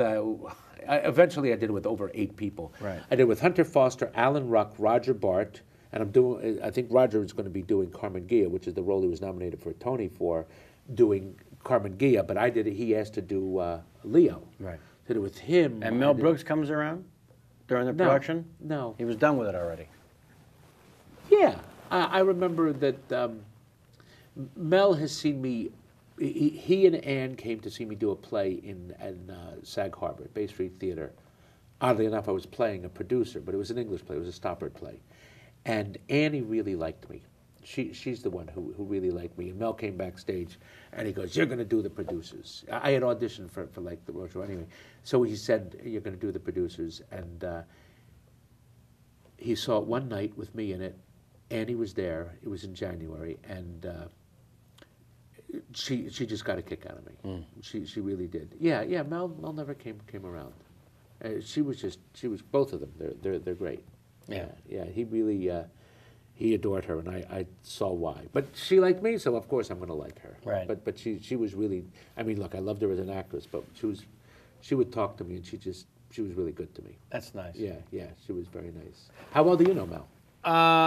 I just know him through being introduced. Okay, Kevin, this is Mel, this is Kevin. I want to let the audience have another crack at you, if you don't mind. Go ahead.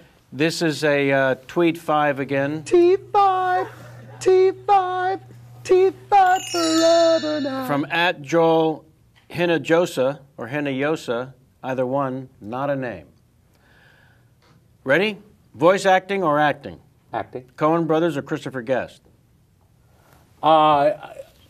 They're both such immense geniuses, but I only worked one day with Chris Guest, and I sort of slobber when I talk to all of them because I'm so scared of being incorrect and wrong, although the Coens are so nice and great guys and just terrific. I actually know Christopher Guest's mother better than I know Chris Guest. Oh, my. Because I performed at Bay Street Theater, and Right. she has a place out there, and she sees me in everything, and she loves me, and she goes, "Oh, yes, just well." I mean, she loves me. And I go, "And how is Chris?" But I never see Chris. I've only seen him the one day. Right. But he was very nice to me. He was good. Film or TV? As long as it's good, who cares? I gotta say, as long it doesn't matter what it is, but I have gone away from when you think of TV. I think he's asking sitcoms, and usually when I do sitcoms, they're 4-camera. I can't. I don't like them much anymore. I do like the Single camera. the intimacy of the single camera, which is something I never did before. Interesting. Bill Lawrence or George Clooney? For what? Exactly. And then the next one, too, Kevin Pollak or Paul Reiser? What kind of questions are these? Right. Let me say this, and then I'll let you go. Paul Reiser's son is playing my son in Jeff Garland's new movie. Is that right? Yep. Isn't that It's pretty exciting? spectacular. I know. He's a cute kid. Oh, Yeah. he's wonderful. Lovely, lovely kid. Leon. Talk to me about Coen Brothers, because there again, there were a lot of people I know who desperately wanted to be in that film, specifically that part. Oh, how funny. Okay. Pretty incredible of an opportunity and also execution. You were spectacular. Yeah. Truly. Thank you.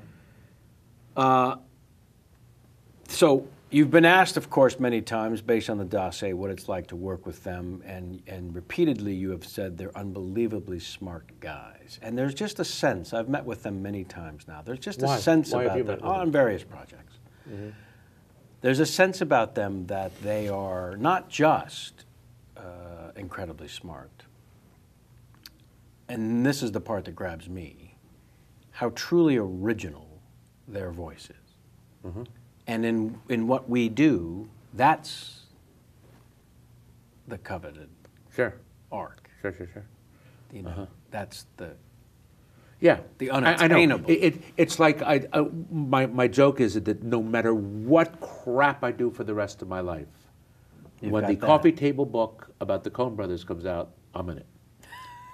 And it doesn't matter what crap I do for the rest of my life. I did an original Sondheim Prince musical. Right. I mean, I did it. I'm on the cast album. I did it. When you go to Family French, I'm going to be there. Yeah. There's no denying it. I'm there. Yeah. They're pinnacles. They are pinnacles, and I'm. Well, I'm thrilled to hear that that's what it meant to you, because I was hoping that's what it meant. Oh God. Yeah. Look, you know where I go every morning to the farmers market, with Paul Mazursky and Charlie Bragg and all those guys. I love seeing those guys. I love hearing them. These are people whose lives affected me. Now, I'm going to say something that's sort of funny, but all of these people who so changed my life, who I so admire, I get them when they're over 65. Mm-hmm. I've been directed twice by Arthur Penn. Wow. Over 65. Right. Arthur, did you know Arthur? No. Arthur Penn. No, of him, of course. Yeah, of course. And great. He was great director. And we were doing a play, and he's going to the cast. He goes, "Why can't you be like Richard Kind? Richard Kind has the balls of a blind burglar." And I thought that was the greatest. That is. That is the greatest. That may be the best compliment anyone could pay you. Yeah. He's got and Hal Prince and Sondheim over 60, over 70. Clint Eastwood is 80. Paul Mazursky was 75 when I worked with him. I get these guys because I adore them, and I just pump them for the stories. It's like I never got to be on the early journeys with them. Sure. And I guess what does it matter? But the Coen brothers. Okay, if you want to know how I got the role, I went in. I was coming back from some trip, and I had the script for Burn After Reading. I was supposed to read for the lawyer, and I had the script for Serious Man for the role of, I think it's the rabbi. It could have been either the rabbi or no. I think it was another lawyer. I think it was Adam Arkin's role. Right. I don't know what the hell Serious Man is. I didn't understand. But the lawyer in Burn After Reading has a monologue this long, and it's fantastic, and I really have a handle on it, and I really want to do it. And I know that George is doing it, and I really want to do it. So I go in, and I read that big one, and I must have done it 3-4 times. And the guys are laughing. But you'll hear that from everybody. They laugh. They're great laughers. They're great laughers. Yeah. I think that they enjoy the performance. I think they love actors. I think they love their words. And it's being interpreted, and they're realizing, wow, it's very funny, and this guy is doing it well. So it was great. That's the role I wanted. Burn After Reading. I didn't give a shit about Serious Man. So I do it, and they say, could you go out and read this other part? Well, I think it was the Stuhlbarg part. I think it was the lead. And I said, you know what, guys? I worked really hard on both of these things. Why would I want to go out, spend 15 minutes where, have me back. This was in September. I know that the movie's not shooting for a while. You're going to be here. Call me back in a couple of weeks and I'll read for it. They never did. Never called me back. They did call me back then to read months later for The Rabbi, George Weiner's role. Worked on it, read for them. Don't hear from them. I then did a play. I don't know where it was. And then I did another play in Texas. I did Damn Yankees for 2 weeks there. And they wanted me to go on tape, or they wanted me to come in for whatever my part was, okay, for the uncle. So I said, I'm not going to be in town. Can I put it on tape? And I worked on it. And in this beautiful theater in Texas with this young kid, we set up the camera, and this intern from NYU, he and I did it, and I had to cry. And the direction was as big as you can get it. If you think you're big, be bigger. They're saying that to you. I spoke to Ethan, and he just said, if you think you're being big, you're not being big enough. Be bigger. And I did the pool scene where I was crying, and I did it. I did it big, and I got it. And I was thrilled because I was doing the Coen Brothers movie. Sure. Uncle Arthur, that's his name. I didn't know that the movie would be so good. I didn't understand it reading the script. I wanted to do Burn After Reading. Right. The role in Burn After Reading turned out to be although I know the actor and he was great. The guy was in his 70s, waspy, everything like that. There was no prayer I was going to get it. Right. But it's the one I wanted so badly. Yeah. But this is obviously the one that had resonance. And it's so funny that we're talking about this. I was at the gym today, and on the treadmill or then on the elliptical next to me, Jeff Goldblum, who I know. And Jeff has, what are you pointing to? She's passing out He's over a there. super sexy Jew hunk. He is, and he's going to be. He's very good in a play called Sugar. What's the name of it? Oh, the one that Alan Rickman yes, did? Yes, and then he took over. Yes. And he'll be especially sexy for you in that one because he's great. But so we're on the treadmill, and he's going off on his theories about what serious man means. And I'm listening to everything, and I go, "You're right." Still don't Why know. not? You couldn't possibly ask Joel and Ethan Right. what it means. To do that, I wouldn't have the nerve. I said, Jeff, as you're talking to me, you're only going to get Richard Kind's approval of what it means. But I have no insight for Joel and Ethan. None at all. And here's one story that's great about Joel and Ethan, about those guys. We were rehearsing one time.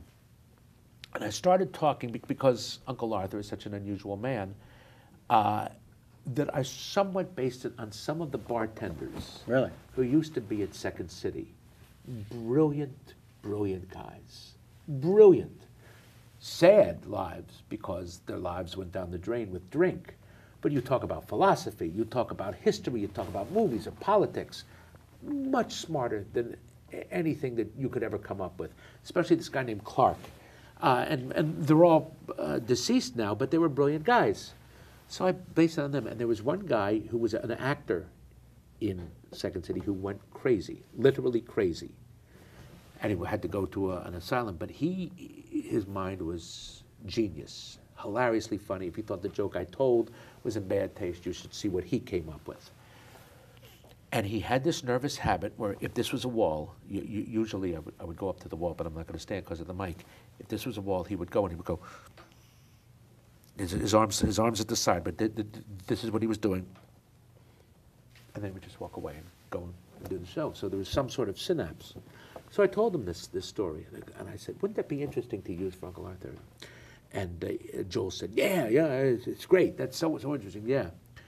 So we get to the day where I'm shooting, and I think this is where we imposed that thing. They didn't write it, well, but I think, and so I said to Joel, "Should we do it?" He goes, "Yeah, great."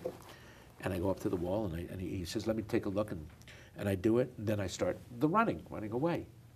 And Joel, God bless him, he goes, "Yeah, that works. I didn't think that was going to work at all. It works great." He was just so positive and said, "Sure, I'll try anything you got. Give me anything." Right. Even though his instinct was, this is not. Yeah, gonna work. you're going to be sitting on the side of the bed. You know, he had planned it out. You're going to be sitting on the side of the bed crying, and then run away. So I went up to the wall and I did that. And he goes, "I didn't think that was going to work at all." And let's do that. So. It's a great example of the way they work. Yes, of the way they work. And then another way, when I came out of the water, it was so cute. That was the first scene that I shot. It could have been the first thing we shot in the movie. And they're called the boys, but they are boys. You know, they're very free and they're funny. And so Joel and Ethan would come running down, and then one time Joel came running down. He goes, "Why don't you just enjoy the world like that?" And he was so enjoying it. And I saw his hands were like this, out like this. I would never do that. Who talks like that? God, if every day was just beautiful. And but he wasn't saying the lines. He was going, "Why, just enjoy the world." And I said, "Well, this is exactly." And it was almost Christ-like because the guy's so innocent. And I saw his hands up like that. So that's what I did. That's beautiful. Yeah, he was great. And Frances was very nice at the premiere. She grabbed my lapels and she said, good for you. You finally gave them some heart. They never have the heart. You had such heart." And I thought, wow, that's... Wow. You know, because we all know how dark and Sure. even that movie. Yeah. It has a dark heart, but they never let themselves... Let me put it this way. They never let themselves get sentimental. That's right. I'm sentimental, and I who knows whether they wanted it or not. Maybe I actually they did. needed it for that the part. yeah. So I really loved it. I loved working with them. Again, a correct answer. And we've reached just about the end, and you're going to walk away with an A. This is not at all what I had in mind. Why? What did you I think? thought somewhere in the middle it would just go horribly wrong. It did. That was my plan. It did go horribly wrong. I never should have told the joke, and I'm going to take 2 seconds. The joke makes me laugh. I will not apologize for that, but I should have picked a better venue, or not a venue at all, other than a table filled of miserable people eating thick steaks. That was the venue for it, and I really apologize for it. Jamie, we're wrapping up. You have anything else to add? I just want to ask, have you returned the key to Hank's loft in Soho? No? No. That's the greatest question possible, and again, the correct answer. No, we were hoping you hadn't returned it. I did not. May I return it. tell? I still have it. Shall I? All right. So The Christmas miracle. You were my Christmas miracle. he was your Christmas miracle, and that's the nice bow we put on it from the Yes. Christmas Story and with the George Clooney. Why? We've spoken a few times, I believe, on this show about Hank's. In fact, I recently watched a thing where we came back from New York, and I gave thanks to Hank for letting us stay in his gorgeous the home that Apu built. And I gave a little shit to Oliver Platt for sleepwalking through Guys and Dolls, while saying how truly brilliant Bierko was, and so on. Anyways, my point is that we've spoken about this lovely, extraordinary home that Hank has there. So there comes a time when Jamie and I are going to stay in this lovely place, and arrangements are made. He's got a New York assistant, even though he lives in Los Angeles, so that when you're in New York, talk to the assistant, she'll set it up, you go to the thing, she'll make sure you have a key. It's a 3-act play, just to get in the place. Once you're in, it's fantastic. You have the place to yourself. Don't worry, please, can I give it that? No, just you stay, and you should enjoy it. I like to have people stay there that I love. So we've got the place to ourselves, and it is immense, and it goes on for days, this place. So I think it's the first night we're there. It goes wonderfully. We sleep. It's nice. We get up in the morning, and someone comes padding across the living room. Well, we didn't know anybody else was there, but he's wearing silk pajamas, and he's carrying Navy pajamas with Navy white trim. pajamas, made in India. Thank you very much. and carrying a toothbrush and a towel. And it's Richard Kind. And he says, I got in late. I didn't want to disturb you. Got in late. So then we realized he has his own key. So for the running gag from that moment on for us was this is me doing you. When are you coming? When are you Don't bother Hank. Just tell me when Tuesday's no good for me. What time do you get in? That's funny. They didn't tell you. It's your bed and breakfast now. Yeah. Well, but I always look if I'm going to stay at George's, I make sure that it's all right. Or let me put it this way: I'm coming to town for 2 days. I just thought I'd let you know. But I would always ask. If I didn't ask Hank, I asked his assistant. Yeah, he didn't know you were there.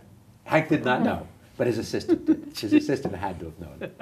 She had to have known. But I sure love when Hank said, I didn't know you. Never. In a million trillion years would I Sneak in. impose like that. Like that. Like I'd that. impose, but not like that. Right. And then you became like my Christmas miracle. I felt like if I left out like bagels and lox, like maybe he'll come. There you go. I was You like- want to know something? You would, if you just a little clue that it was. And then you got to do the impression, the first time you met him because you'd heard so much, and then he's walking around in the kitchen. We're sitting there. You wouldn't stop picking at food, like picking Isn't that at horrible? food. I know. And you weren't hungry, you were just bored. And I said, Richard, stop, you're not even hungry, you're just bored. And you went, thank you. Yeah, it's true. The minute dinner's over, what do? I go and I open the refrigerator. I don't know why. But she told you weren't hungry, don't worry about it. And you Yeah, I said, said, thank you. Thank you. Yeah. Well, we got along very well right from the get-go. Yeah, he loves Yes, me. we did. Well, We have a special bond. I'll We do, say. we do. Let's take it into the night. We wrap up the show rather fun and humorously whenever possible with a little game, one of the things that Jamie created along with Who Tweeted, and which we didn't get a chance to play because Sam Levine is in New York. Oh. I know he sends his love. Wait. What does that mean? Because is Sam Levine? Sam Levine normally sits there next to Jamie. He was crestfallen that he couldn't be here. I'm actually crestfallen as too. well. Well, you'll have to come back. I adore Sam. Yeah. I adore him. What's he doing? He sends his love. He's doing a new show for the NBC. Did it probably got picked up? What is it? Sam What is it Levine's called? going to work. It's called Do No Harm, a little medical drama. Sure, with Ritter, with Jason Ritter. No, it's not. No, Pasquale? Oh, it's Stephen Pasquale. That's the one. Pasquale or Pasquale. He was great. Yes. Stephen Pasquale is great. Yeah. He was in Light in the Piazza, I believe. He's great. He's a great actor. Sammy Beautiful sends his singer. love. Oh, good. One of the other good. things that Jamie created was a little game we play on the show called the Larry King game. I'll give you the rules and how it works. Okay. And all the guests have done this, except for maybe 2. After I explain, you will look into the camera and you will play the Larry King game. The Larry King game can be played with friends at a party. It helps to be slightly intoxicated, I'm not going to lie to you. Here are the rules. I want a bad Larry King impression. I don't want a good one. Okay. Pressure's off. I want a bad one, because to me, much funnier if it's a bad Larry King. Okay. Next, I want you to recreate that moment of Larry hosting the Larry King Show on CNN when he would do a little too much information about himself and then he'd go to the phone. The prototype being, Thanksgiving, I like to teabag the gravy boats before the guests arrive. Schenectady, hello. All right, so that's the prototype. Now, you get to go anywhere through Larry's rich history of life, remember? Oh, God, okay. His first ride on a pterodactyl, he's ancient. Wherever you want to go with Larry, that's up to you. But it's that little buffer before he goes to the phone. And then the name of the city should be funny sounding if possible when he goes to the phone. Bad impression of Larry, too much information moment that he would share with the listeners, King's things, you know what I'm talking about, and then go to the phone. Those are the 3 things. There's your camera. Take a moment, gather yourself. This is Larry King. Just remembering, Gleason and I were at Toots's, and I remember that he had just hired about 4 new June Taylor dancers, and they came in, and we were eating steaks, and I said, come on over, girls, and just lie on the table, and I'm going to put some Russian dressing in your cunt. Fairfield, Iowa, you're live.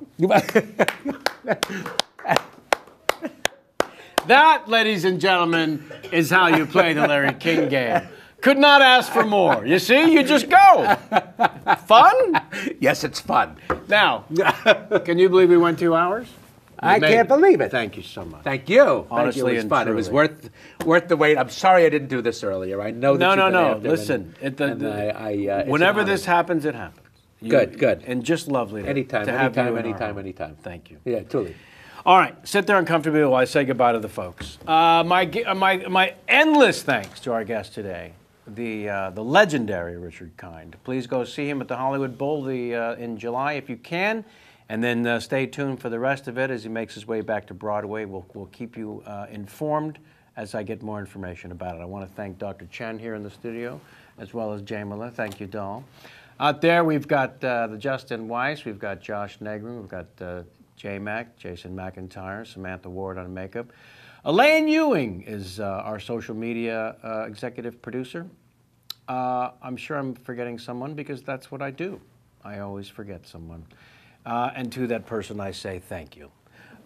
Next week, it looks like Danny Masterson. Check the listing as that becomes confirmed. And then, well, you go to the calendar, you look for some upcoming shows. Tony Hale, I know, is coming up. Stephen Collins. We got some good ones coming your way. Until next time, and as always, get out of my face.